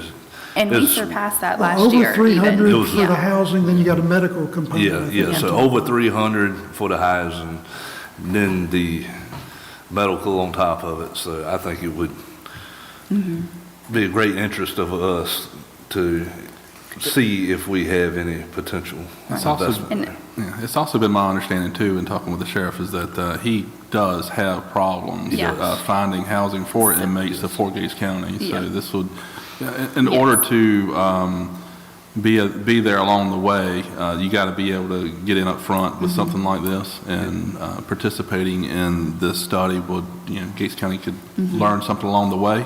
Right. And if we decide not to do it later on, at least with some knowledge that we gain from this. Right. As well as if we decide to continue on down this road with them. Right. It would give our sheriff an opportunity to have housing for the inmates that we do have. Right. And I wish the sheriff was able to be here tonight, but he was not, to give his input on that. But I agree, as having to be one of the ones previously to make those calls, it can be difficult sometimes to find a place to house the inmates when they have them. So with that said, I will now ask the board for a motion to participate in Chowan County's regional jail planning process. So moved. So seconded. All right, we have it moved and seconded. All in favor? Aye. Aye. And any opposed? All right, that passes there. Okay, so legislative request and correspondence. There are several items that we need to bring attention to, directed to our legislators. At this time, the floor is open to a motion directing staff to prepare correspondence confirming Gates County legislative priorities to include fluoride mitigation and capital funding, project funding, continued support for construction funding for a new senior center and community center to replace existing facility, critical drainage improvements for agricultural land and inadequate outflow for various neighborhoods, including right-of-way drainage systems, NCDOT funding for construction of turning lanes at Merchants Commerce Center, and NC Parks project funding expansion, providing air conditioning for new bathhouse at Merchants Mill Pond State Park, construction to begin March 25. And there's a lot packed into that. Do we have any commentary or questions on that? I'll keep it short. Only thing I was going to say is this was discussed at the work session. And so for the folks that weren't able to come during the workday, the part about the turning lanes for Merchant Center, if we're going to make something viable, not have a major impact to traffic through the high school area and everything, a turn lane is critical. We can't fund that, nor should we. VDOT has to do it. So this engagement with our legislators will help us to not have to fund it or get something moving for when we eventually do find a big use for Merchant Center. And then the fluoride mitigation and capital project funding, that's a generalized thing of our capital improvements plan that everybody can see and that, Brad has put together years past and continues on with, so. Right, and I'll add into, in regard to the critical drainage improvements and including right-of-way drainage systems, those kinds of things were after some conversations with Soil and Water. So we have reached out to various people that would be involved with these different projects. So if there is nothing else, do we have a motion to approve the items as discussed? Yep, Okay. I'll make that motion for I'll staff to engage on these for legislative All right, requests. so we have a first and a second. If we have any other conversation. All right, all in favor?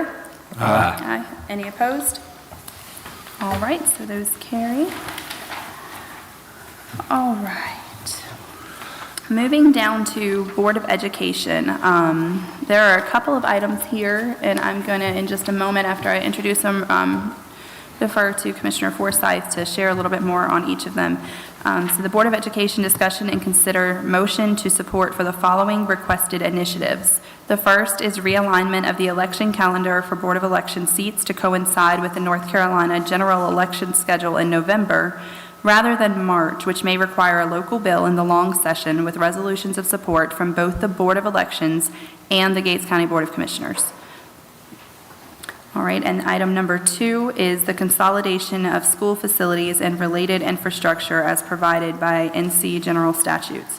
So if you could elaborate on those 2 items. Yeah, some discussions have gone on with a few of the school board members and administration staff for both the county government and the school board.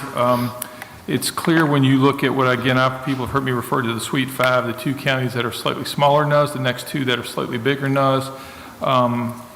I can quote you numbers, I have them wrote down here, but we need to take a serious look, and we're calling on the school board and school board staff to take an in-depth look at infrastructure needs and an assessment with the likely outcome to be the elimination of at least 1 elementary school in Gates County.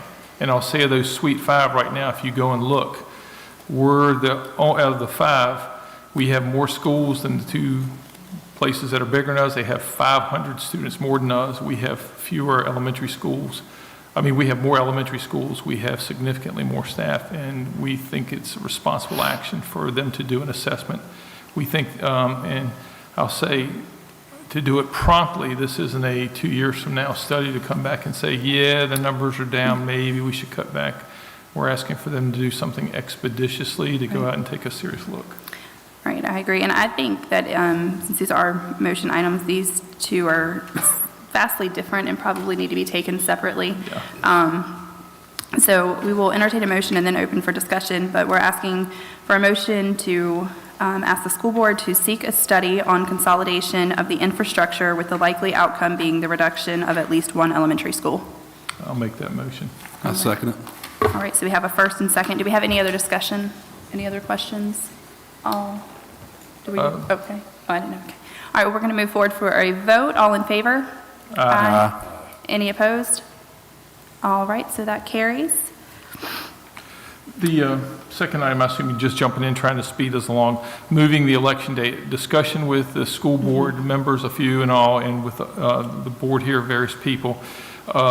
We feel like having an election of school board members, it's in the statute that says Gates County will do it during the primary. Right now, we have to ask our legislators, ask them to change legislation to allow us to have our people elected in November like the rest of us, even if it's nonpartisan.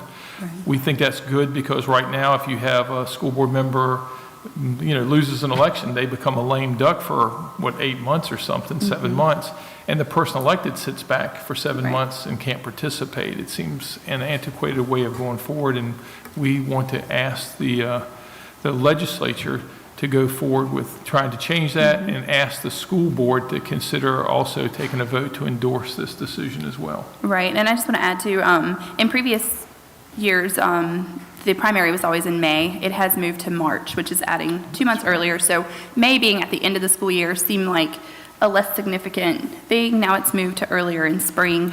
So that is, I think they were pointing out the other day, 8 to 9 month gap there. Right.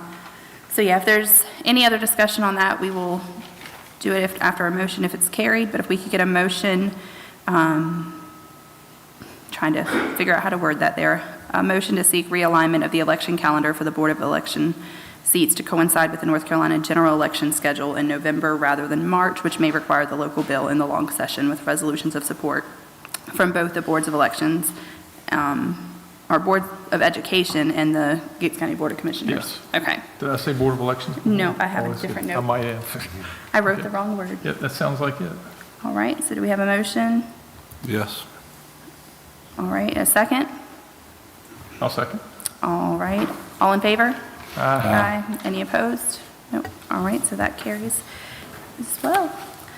All right, so we are going to move into county manager report and updates. Our county manager, Mr. Sauer, is now going to present his report. I have no further reports this evening. So I'm sorry? I have no further reports. No further reports. We have been given all the reporting information. Okay, so I'm going to move into commissioner updates. Commissioner Berryman, I think I promised you to go before. That's right. I get to go Commissioner before Dave. Forsythe? Yeah, before So- Mr. Forsythe does. Before me, I'm sorry. And from here on out.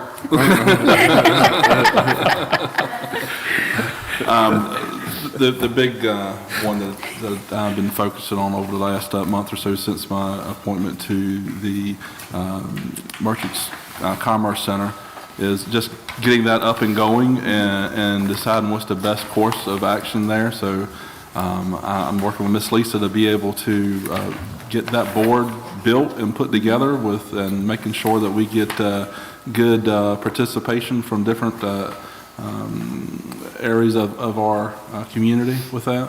So I'll probably be reaching out to a few people here and there, and as well as asking for some citizens to be on that as well, so we can have good citizen input back in how we're going to use that land that we have. So look forward to it. So appreciate it. Yes, sir. Thank you. Commissioner Craddock? First of all, thank you all for coming out tonight and supporting us and watching us grow as a board. Where to start? Broadband Action Task Force, we're still at 97% complete. We're still the best in the 15 counties around us that's on it. It was a hard-charging effort. Mr. Arnold Bright's not here tonight, but a shout-out to him for all those efforts, and we're still going to get the other 3%. Yeah. Nobody's going to go untouched. Equipment is joined the Gates Landfill Commission. So that's we're doing some renovations. I did miss the last meeting, so but they are. Mr. Sauer, what was the first phase of that? I'm sorry to put you on the spot. It's the structural walls and where the pusher. The metal walls and the push wall, the concrete walls, where the hopper goes, where the trash goes down the hopper into the trailers. We've had some fairly negative write-ups by the state inspector. Yep. Second phase will be dealing with the concrete floor. But Yes. right now, it's just the structural things. So for the folks that do not know, Perquimans, Chowan, and Gates County, that we share a landfill. And so all the trash from the convenience sites is picked up now this year by Dixie Reynolds and is transported to this site where it's offloaded and goes into larger containers and is shipped out to bigger landfills. So I hadn't had a workforce development consortium. I'm sorry. Consortium. I've always get that word messed up. Meeting lately. I know the Northeastern Workforce Development Board has been meeting, so they hadn't reported to us lately, so I will update you when we do.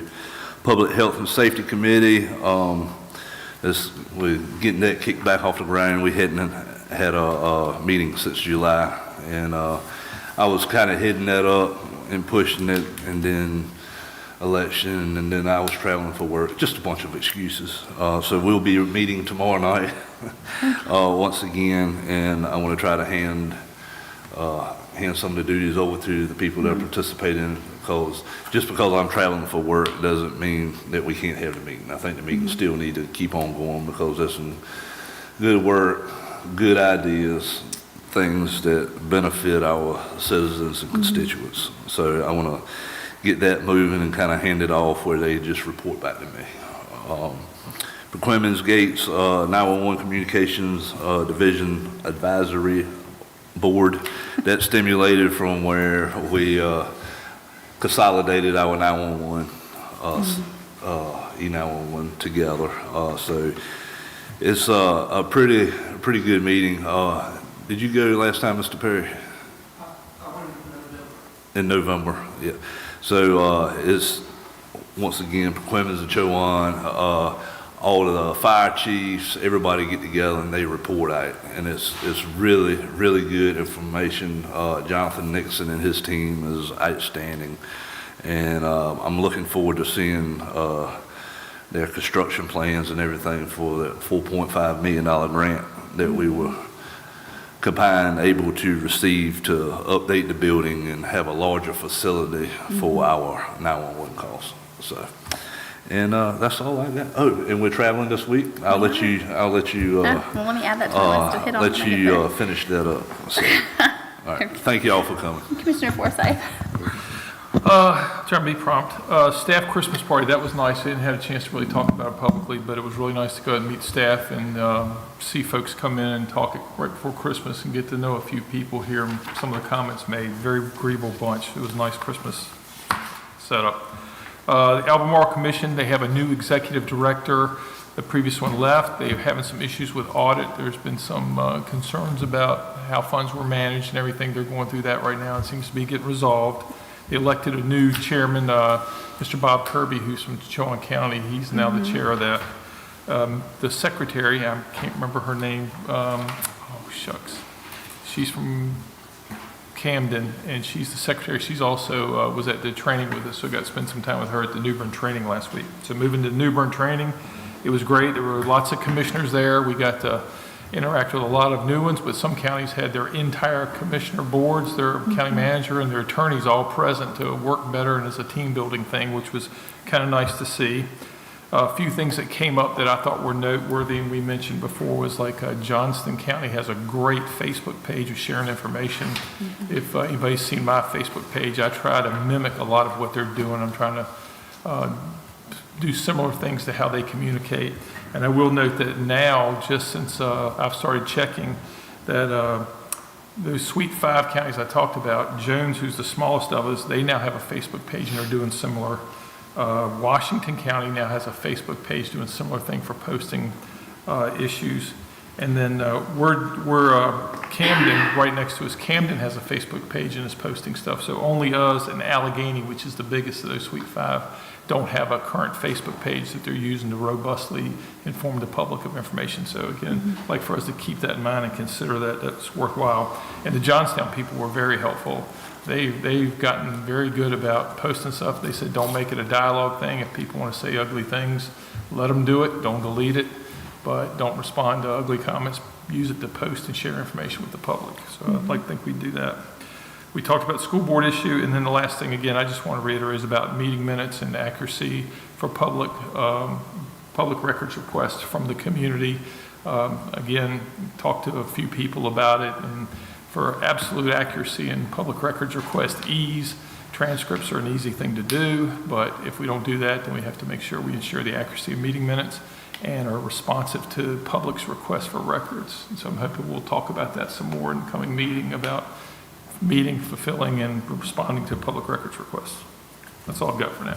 All right, thank you, sir. Okay, so I will finish this out.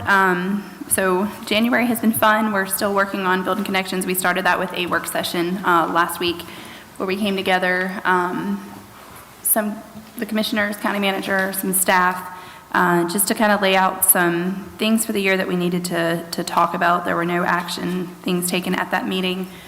But it was nice to come to the table and and to hear the different ideas and opinions and voices on different subjects. We did have the NCACC come in and facilitate that meeting. Mr. Emery and Ms. Deinagel, they were fabulous. They helped guide conversation at the beginning, just had us answer some questionnaire questions just to brief you all, and it was really refreshing to kind of see that in those questions that we answered previously, that we were all kind of on the same page, same direction that we're looking for. So I'm looking forward to moving forward this year and seeing what we can do with those. Bringing back up from re-entry earlier, in the next meeting in February, just go ahead and mention we're going to have the town hall for re-entry. So anyone that has any questions or concerns, anyone that would like to support it, any of those things, you can come to the February meeting if able. There will be an opportunity to speak, to ask questions, and to give your input on that. We're also going to have the town hall for the required for the opioid task force annually in the spring. We're going to go ahead and pair the two for the same night. I was going to mention the social media. Commissioner Forsyth did.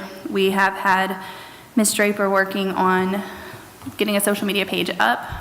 The newspaper is somewhere we're still advertising, and I think by law still have to advertise, but recognize that most people get their information now from social media, Facebook, that kind of thing. So we are working on getting that up and running here in the near future.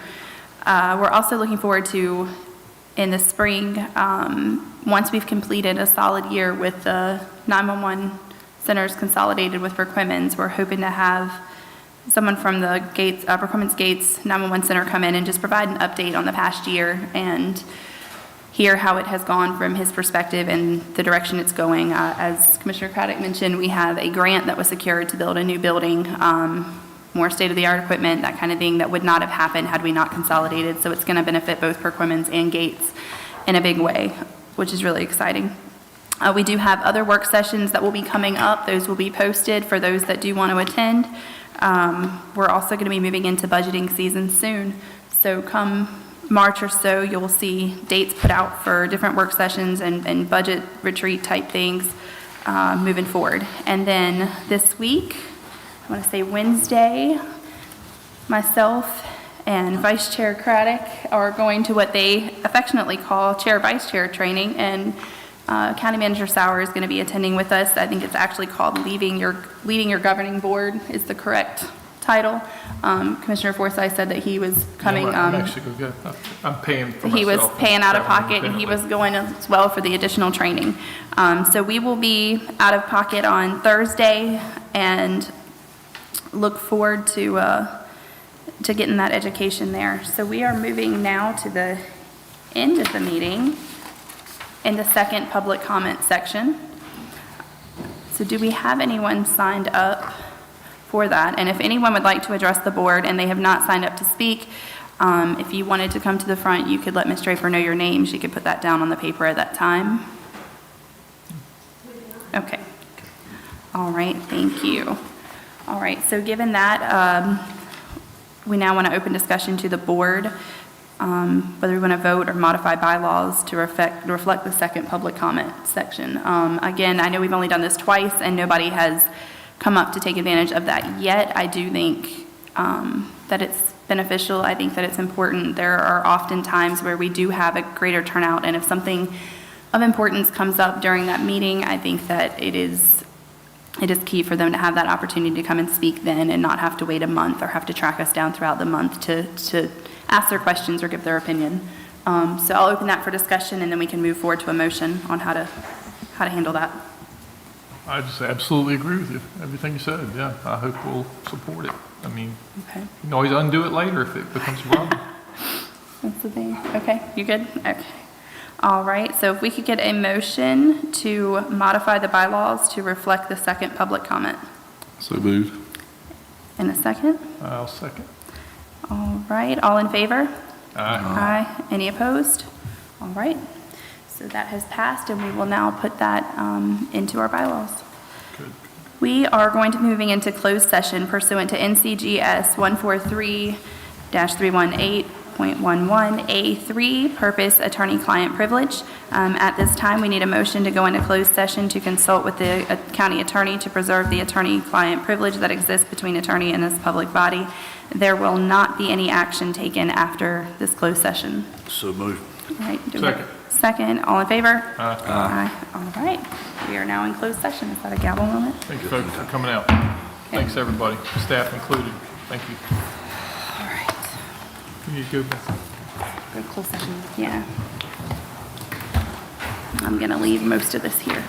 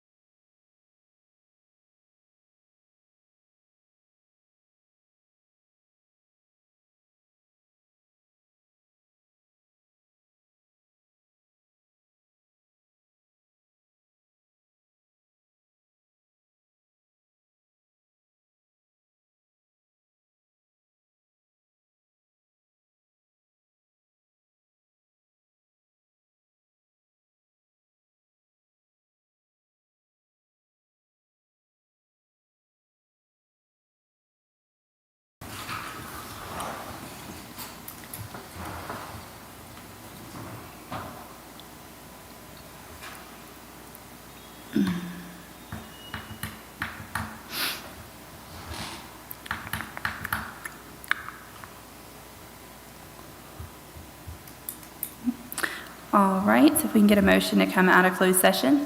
So moved. All right. So seconded. All right, all in favor? Aye. That passes, and if we could get a motion to adjourn. So moved.